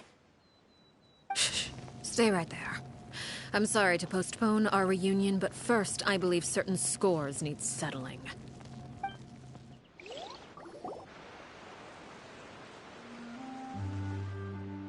Father, let me explain. Out of my way. Father! You chose to conceal a threat to the house. And for that, you must be punished. Overall, however, I suppose your wrongdoing is hardly the most egregious of the bunch, so I'll deal with your punishments later. As for right now, the more pressing concerns are the traitors among us. By traitors? Do you mean us? Father, let me explain. We didn't mean to... Fultz, why don't you share what you heard? Yes, Father. Secret Midnight Meeting number 3. Participants, Filial, Nantoi, Sato, Toddy. Nantoi clearly said, if only Father wasn't the one who took us in. Sato added, I'm sick of this life. I just want to live as a normal person. Filial was the worst of them all. She called us crazies and said a bunch of mean things about Father. I did not! You're lying! Fultz is trying to frame us. It's not like I'm the only one who heard those things. After that, you and Toddy and a bunch of other people started talking about Clairvy. You were using all those things Clairvy brought up as an excuse to question Father. We're birds locked in a cage. The only way out is to destroy it. That's what you said, wasn't it? You little... You just want me gone, don't you? What did I ever do to you, huh? And you, Sheplo, have you forgotten who stood by your sickbed, watched over you, and changed your dressings? Come on, let's hear it then. What's your reason for all this?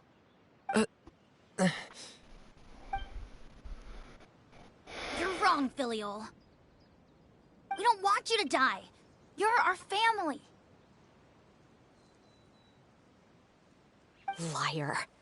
You wouldn't be doing this if that were the case. So why?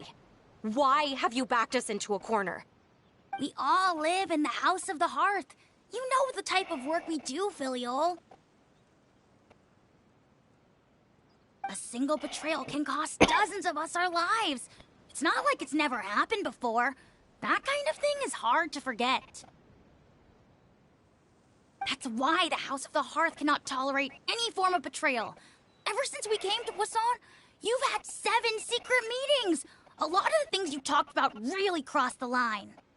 You've been spying on us for half a month? Wait a second. Now that I think about it, the move to Poisson was just a way to make it easier to spy on us, wasn't it? Because we were all in one place. You've had this planned all along. Filial, Nantoi, I'm sorry. I owe you both my life. I owe Clairvy too. If it weren't for all your help after I got poisoned, I wouldn't be standing here today. If this were any other situation, I would do anything to repay that kindness, even if it cost me my life. But rules are rules. I'm sorry. My hands are tied. Why? Why? That's enough, Filial. We made a mistake, and we should own up to it. We broke the rules, plain and simple. And now we have to face the consequences. I'm sorry, Sheplo. Fultz. I'm sorry, Father. We accept our punishment. Chapleau, according to the rules of the House of the Hearth, how should these traitors be punished? All those who betray the house pay with their lives. And so it shall be.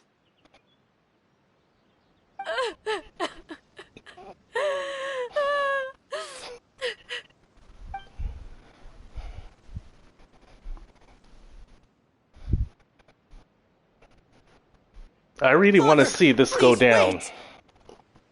Something you want to say, Linny? Please reconsider, Father. What Filial and the others did, does it really count as betrayal? We all come from broken families. From the very first day we joined the House of the Hearth, we wanted nothing more than to make it a real home. But the truth is, none of us know what a real home should look like. I'm not saying I have all the answers. All I know is this. Killing Filial and the others may uphold the rules, but doing so will only bring us further away from being a real family than we've ever been. So please, Father, please, reconsider. I agree with Linny. Father, please. Linny, you...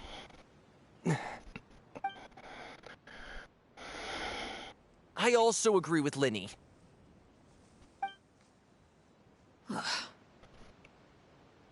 An order once given cannot be rescinded.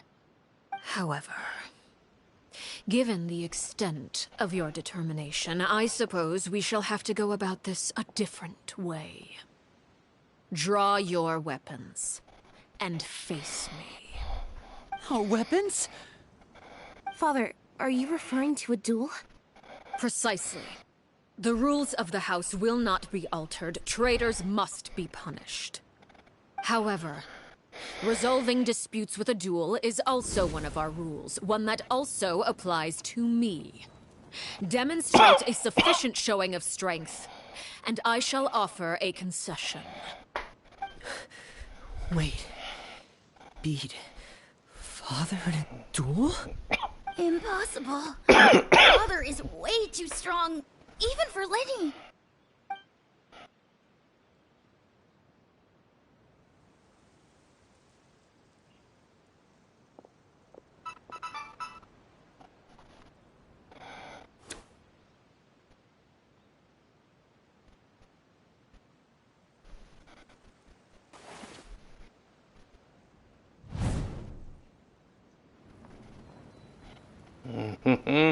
Did you hear that, Traveler? Lenny and the others have to duel the Knave. What should we do? Can they really win something like that? Who knows? Those people from the house are really going to be executed. Hey, are you listening?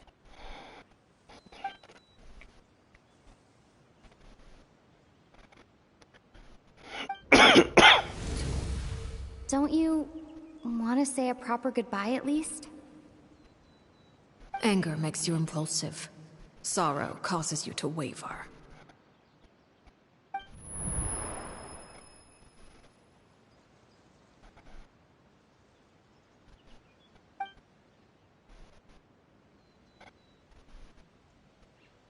Oh, looking at that expression on her face, she seems really serious about this. Guess that means there's no chance she's throwing the duel on purpose, huh?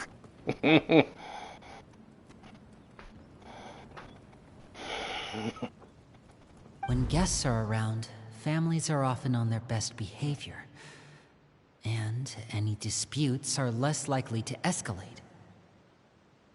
When the time comes, make the choice that you deem most appropriate in the situation, and lend your help to the House of the Hearth. What's wrong, Traveler? Hey, where are you going? Traveler?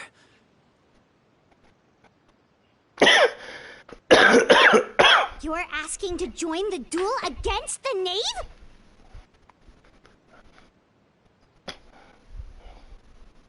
I'll allow it. We do have a ready-made dueling ring at our disposal, after all. All I would advise is this.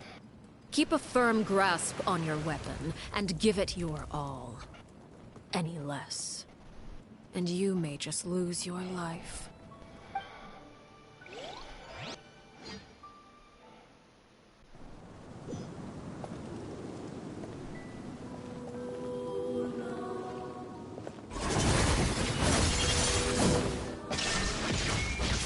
Is it my turn now? Closer now. Miss, bitch! With these rising flames... Watch out for Father's movements! Is it my turn now? Yeah. Someone needs assistance.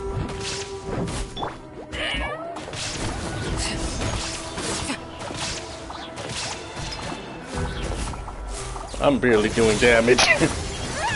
Father's even stronger than I expected. With these rising flames... Red delivery!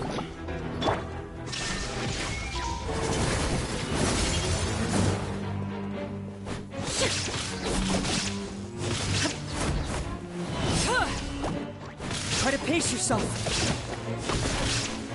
I'm good. Is it my turn now? With these rising flames... Time to clean up.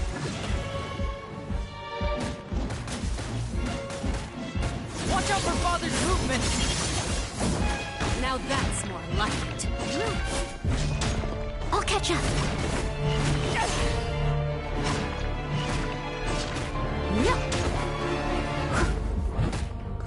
With these rising flames...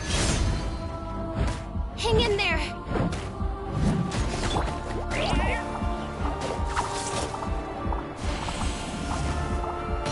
With the fall of darkness, destruction shall rise. Have a taste of purgatory. Try to pace yourself. With these rising flames... Oh. Look at you. Trapped Someone like a needs bunch of assistance. helpless and voila!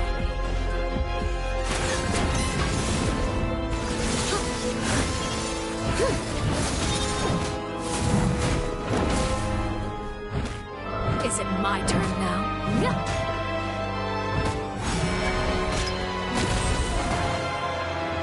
Hang in there.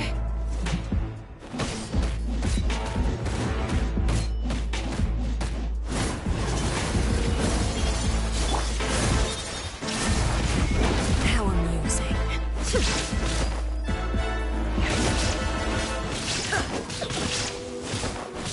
Look out! Spare your energy.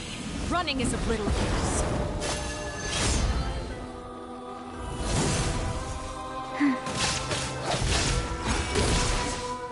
Is it my turn now? And voila! Spare your energy. Running is of little use.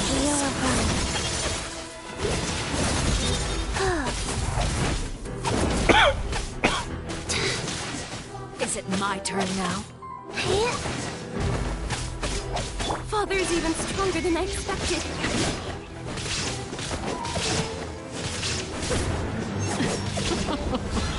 Look at me. Trapped like a bunch of helpless animals. Is it my turn now? If I really have to draw my blade.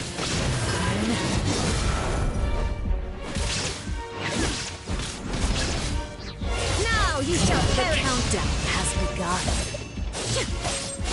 Like a fly tangled in a web.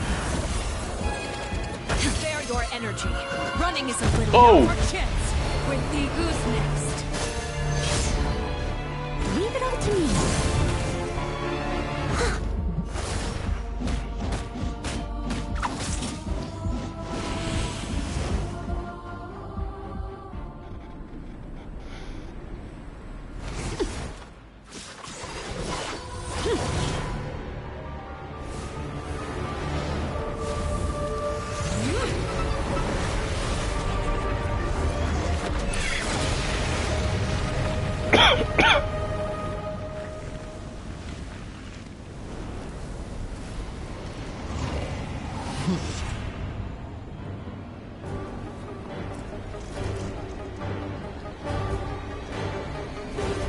got the hooker boots on. Oh! Has been seared away. My blade is all that remains. Watch out for Father's movements! Look out!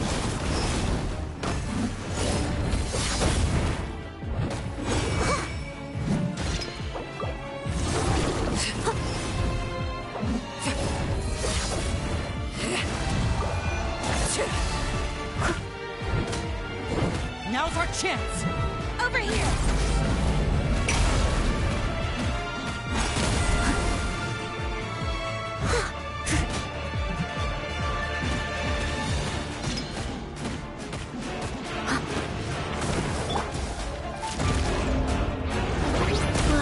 Watch out for Father's movements! Look out!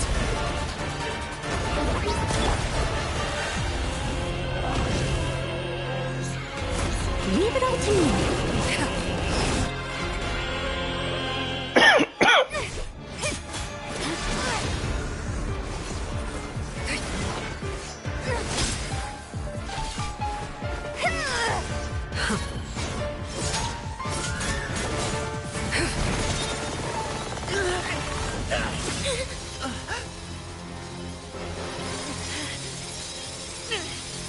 You should know better than to crowd in one place.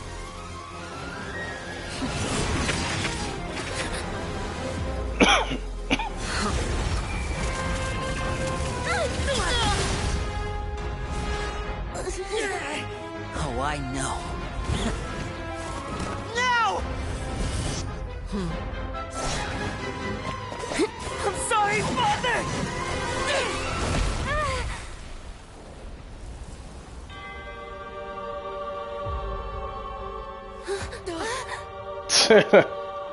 Sorry for what? This pitiful excuse for an attack.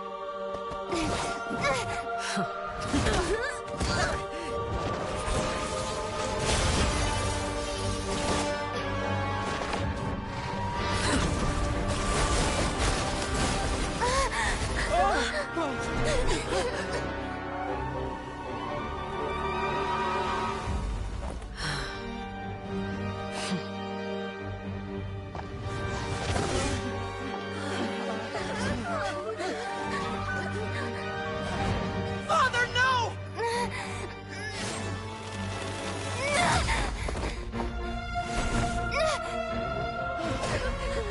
Made it out, did you? You're stronger than I expected.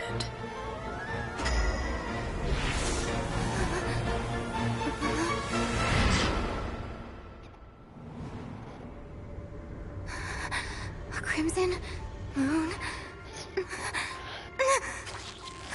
I can't move.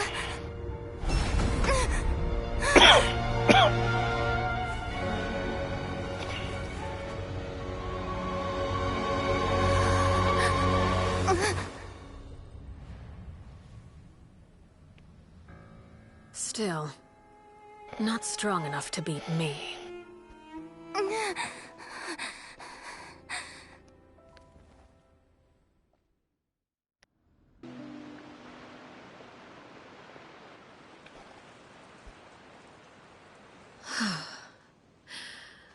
I believe we can end things here.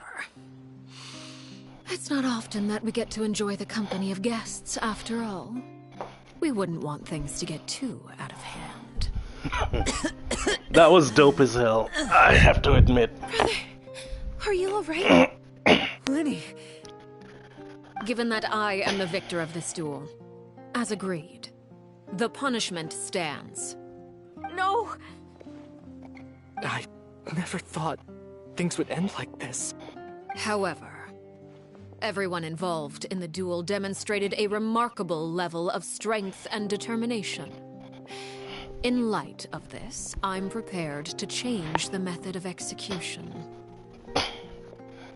Elwar, the bottled flames I gave you for safekeeping.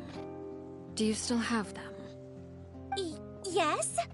I wasn't sure what they were for, but I've kept them super safe. I didn't lose a single one. Wonderful. Then, in just a moment, I'll have you administer them. Bottled flames? Indeed. They're the product of a secret experiment. Under certain special circumstances, flames can be extracted from my person and preserved. Once ingested, searing pain will spread across every inch of your body. No harm will come to you physically, but your memories will be burned away. If you can withstand the pain. When you awake, you'll have forgotten everything you know about the House of the Hearth, and will be expelled from the organization. In other words, administering this concoction will kill the version of you that grew up in the house, and give you a new identity.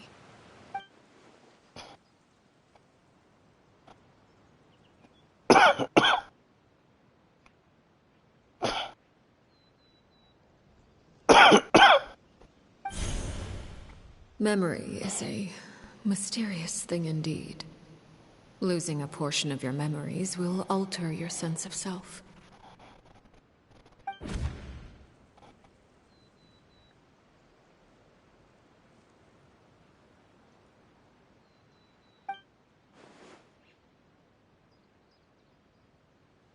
So, you're just letting us go, Father? Damn. You misunderstand. I was hoping for an Memories are extremely execution. Important. Once consumed by flame, the version of you standing before me will die, and our secrets will die with you. So no, I don't intend to just let you go, because the person who survives will be nothing but a stranger. Even so, I won't have to live in fear anymore. I'm sorry, Father. I'm sorry I let you down. But I really... Don't cry, Filial. You haven't left the house yet, so there are still rules to be followed, yes? Remember what I taught you. Anger makes you impulsive, sorrow causes you to waver. Don't let yourself be controlled by your emotions. Of course. I'll remember. Dry your tears, and go pursue the life you really want. Yes, Father. Chaplot, Fultz, Elwar. Take them back to Poisson. And bring Linny and the others as well. I prepared 3 extra vials of bottled flames. As for whether to take them, the choice is yours. Goodbye, children. The next time we meet, I will no longer be your father. Thank you for all you've done for the house. I hope you have bright futures ahead of you.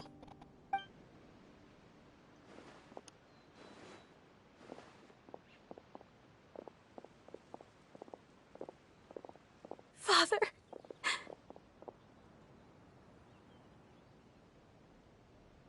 Let's go.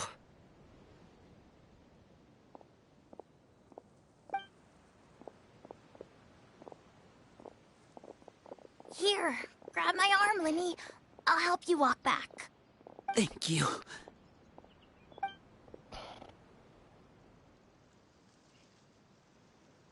Clairvy.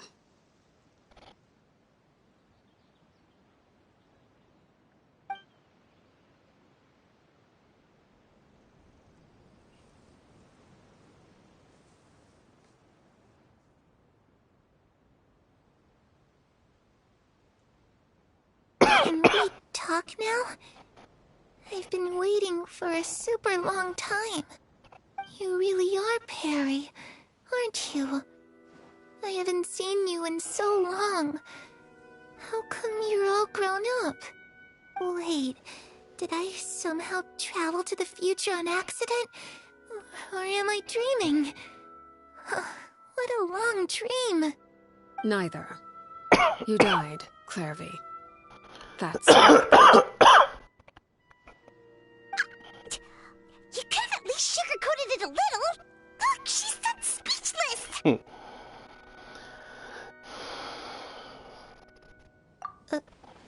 Oh. Okay then. Huh? That's it? You accepted it just like that? Yep. If that's what Perry says happened, then I believe her. Perry wouldn't lie to me. Plus, I don't really need to know why I'm like this. I'm more curious about what happens in the future. If you're a harbinger now, Perry, that means Mother is gone, isn't she? Can you tell me about it? I want to know what happened to her. And to me. You never stopped trying to defy fate. At first, no one believed you. You could only vent your frustrations to the moon. In fact, you often sought comfort in the night sky. You wanted to see the aurora, so one night we promised each other we would go to Snezhnaya to see it together. Later on, you tried to run away, but you were brought back each time. Mother spared your life, but it wasn't out of kindness. Instead, she decided to make an example of you by slowly torturing you over time. That way, the other children would know what happens to traitors. Still, you never gave up. Mother hoped that through ruthless duel after ruthless duel, she would be able to crown an ultimate victor among the children she raised. But you called on everyone to unite, to fight to a draw in order to reduce casualties. Your efforts may have only delayed the inevitable, but still. You gave them hope. You tried everything you could think of, but every attempt ended in failure. Still, you never turned your sword on Crucibina, and you never turned it on me. On that gloomy day, you told me, "For the last 16 years of my life, I've done everything I can to fight for freedom. But now, I realize that the only freedom I truly possess is the freedom to choose to die." I never imagined I would say something like that. I must have been feeling really worn down. But somehow, I still think I understand. According to Mother's plan, only one of us was going to make it until the end. And I always hoped that person would be you. If I could do it all over again, I still don't think I would make a different choice. Even when I first met you, I knew you'd be able to do what I couldn't. Is that so?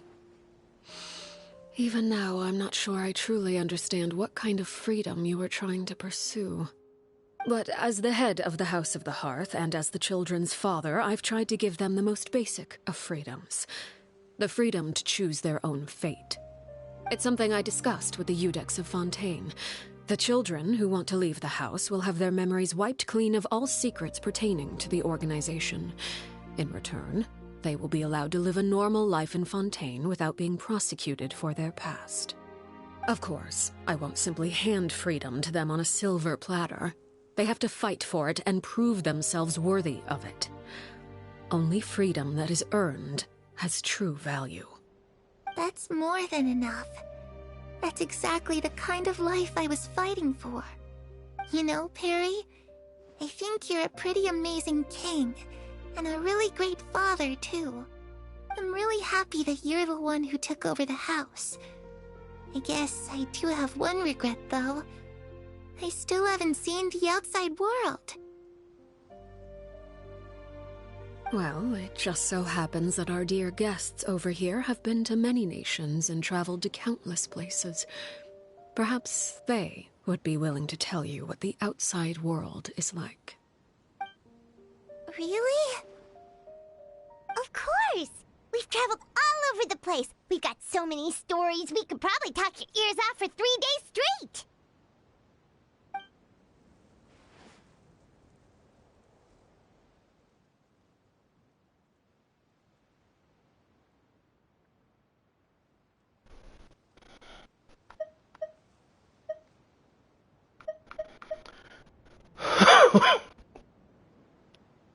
You know, I used to dream of being a bard. Playing the lute while singing into the winds of freedom. Even if there was no one there to listen, I would have continued to sing no matter what.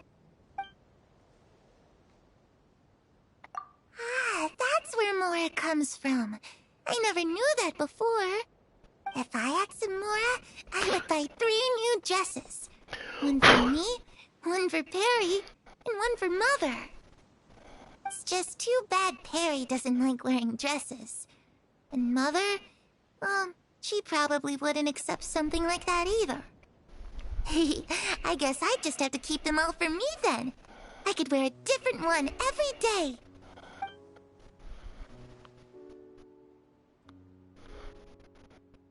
Oh, there were more. Those yokai you mentioned, what do they look like? I once saw a drawing of this one guy with horns on his head and a super scary face. Are there any yokai like that? Oh, sounds like you're talking about an Oni. Yep, we've met one, and let Paimon tell you, they're not nearly as scary as they look.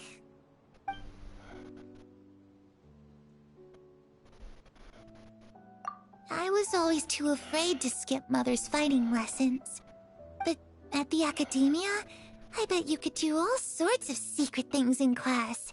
Things that have nothing to do with studying. I'm just kidding. Being able to study whatever you want without having to fear for your life actually sounds pretty great.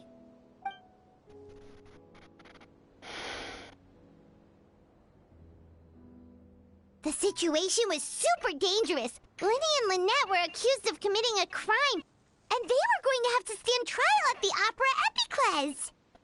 Oh no! That must have been hard for all of you. What happened next? Don't worry, we were able to turn the situation around super quickly. All thanks to Detective Paimon, of course. How'd you do that? Come on, tell me. Okay, so it was like this. After the failed magic show, we rushed to the scene and...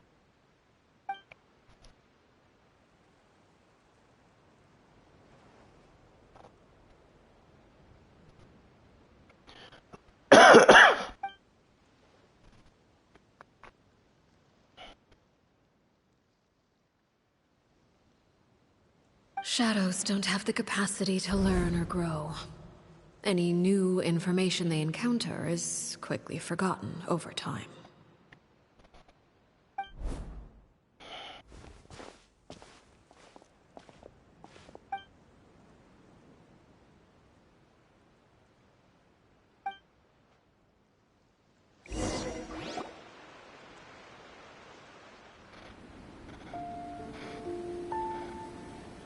Clairvy, you've worked tirelessly from the shadows to overthrow the House of the Hearth.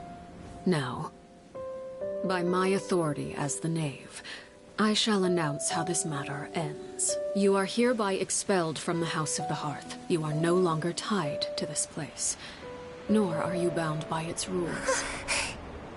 You're saying that I can finally leave? I get to experience the outside world as well? Oh, I almost forgot. There's no getting older for me. Still, seeing who you grew up to be makes me really happy, Parallel. Take care of yourself. Goodbye. May we meet again someday.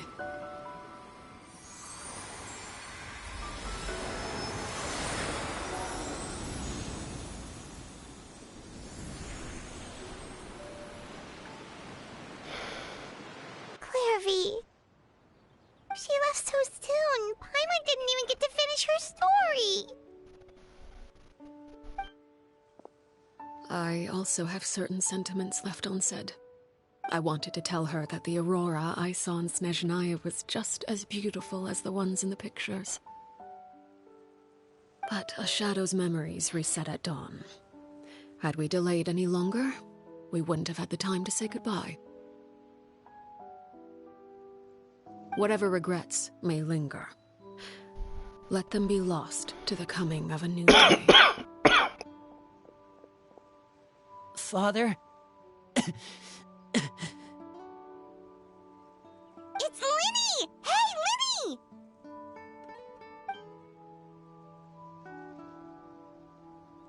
What is he doing back here? Let's go check it out.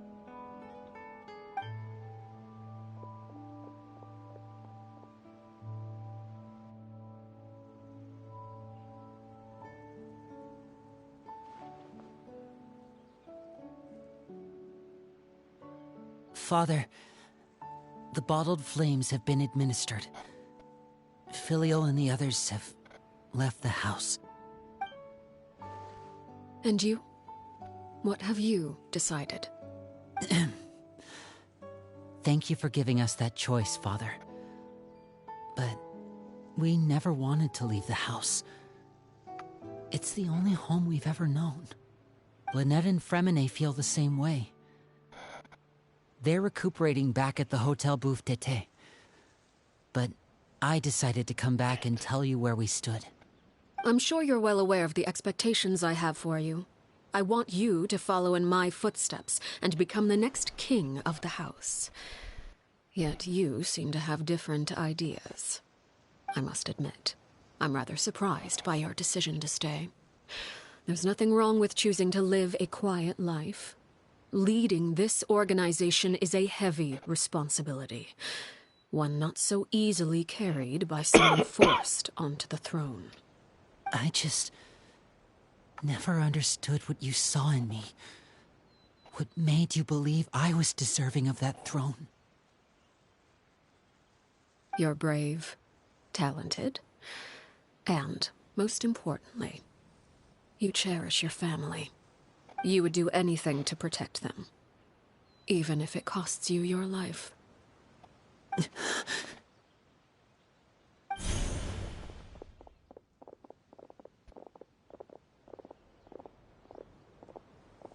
Speaking up back there was so brave of you, Linny. It's all thanks to you that we were able to convince Father to back down. You're a hero, Linny. Hero? Father is the real hero. Had Father gone all out during the duel, there's no way I would have walked away with my life.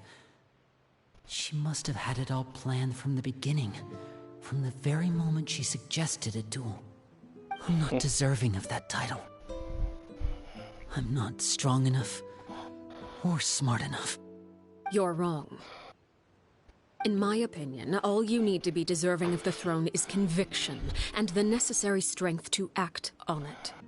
We may have different ideas of what it means to be a family, but you can hardly be said to lack conviction. What you truly lack is strength. For someone of your talent, though, that's something that will come with time. Even without that strength, you still chose to face me in a duel, even though the odds were stacked against you. That capacity to honor your convictions is what I truly see in you. Father. No one knows what the future holds, what tragedy or triumph may be in store. Being at the head of this organization requires the strength of will to face whatever comes. Caution will only hold you back. If reaching a certain standard were required to go after what you want, I would never have succeeded in killing my predecessor. Back then, there was still a considerable gap between our abilities. Strength may decide the ultimate victor, but those who let a lack of strength dictate their decisions or undermine their convictions will never be worthy of the throne. I understand, Father. Thank you. Children must grow up to surpass their parents. Only then can a family continue to flourish. The road ahead is not an easy one, so I'll ask you one last time.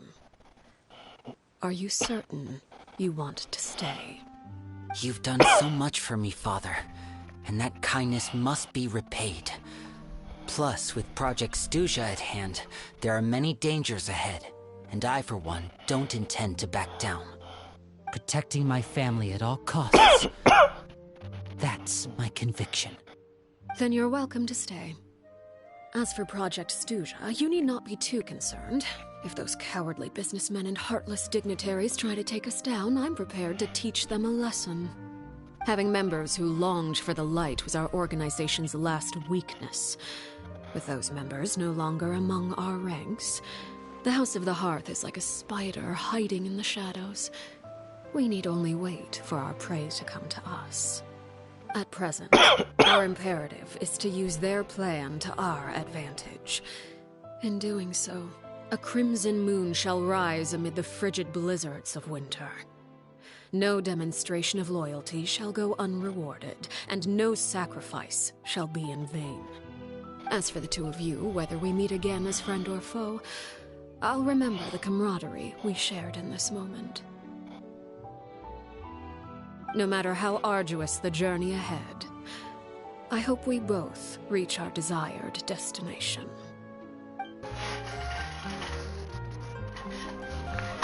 Lynette, Fremine, how are you feeling? Like $1 billion. Much better.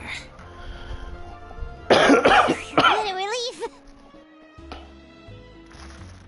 What about you? Are you feeling alright?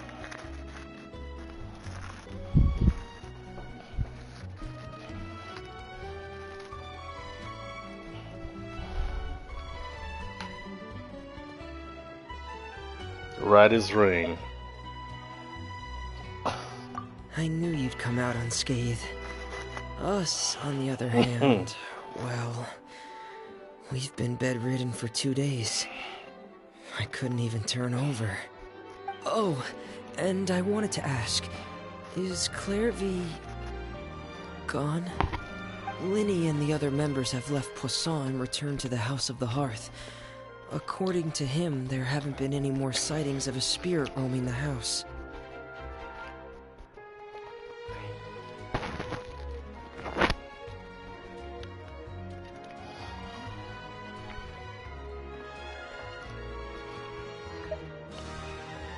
I see. I'm glad. Father came to check up on us 2 days ago and told us about what happened with Crusabina and Clairvy. Actually, I've met Crusabina before. How? Wait, what? You've met the former Knave? Crusabina died a year after Clairvy. It was during the year between their deaths that I joined the House of the Hearth. Crusabina had an extremely cruel and radical way of doing things. While she was alive, the atmosphere in the house was suffocating. When I joined, though, the experiment she valued so much had already come to an end, and all the people involved, dead and injured alike, were gone. Crusabina never talked about the past with us newcomers. A couple of months after I joined, Father killed Crusabina and burned all her files.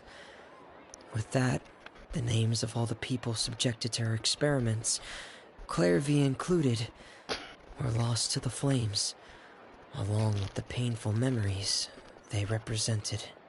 Father took in Lenny and me a couple months after that, but she never mentioned anything about Crusabina or Clairvy. It really seems like something she was planning to keep to herself. The last time you talked to her, did she mention why she kept it a secret for so long? She said she didn't want us to be affected by the darkness of the past. She was worried we'd develop a false sense of gratitude towards her if we knew about it. The foundation of a family should be free of any corrupting influence. Whatever happened in the past, it has nothing to do with who we are now. And that's what Father told us in the end. But I still thanked her for everything. It was only after hearing about what Crusabina did that I finally realized how insignificant our lives could have been. The members of the house meant nothing to her. To say that she valued them in any way, even just as a tool, would probably be giving her too much credit.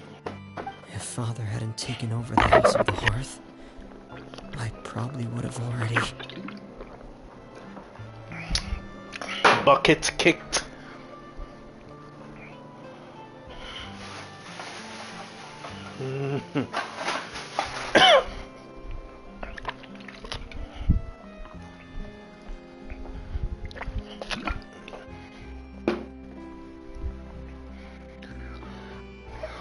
Father rarely brings up the fact that she saved us. She doesn't believe that being indebted to her should be what ties us together. But even if we didn't owe her anything, we would still choose to stay. Because this is our home. We may have arguments or times when we feel wronged. Some people may even choose to leave. But as long as Father is here, we will always have a home. Whether the path before us is bathed in sunlight or shrouded in shadow, we'll follow Father wherever she chooses to go. So I wanted to say thank you for helping us make it through this crisis. Without your help, we could have lost a lot more along the way. Oh, we didn't do anything, really. Of course. You're welcome anytime. Are Filio and Nantoy okay? I actually saw them at a cafe this morning. They didn't recognize me. From what I could tell, they were drinking coffee and talking about one of the operas that started running recently. They seemed happy. If I had to take a guess, I would say they finally found the kind of life they always wished for.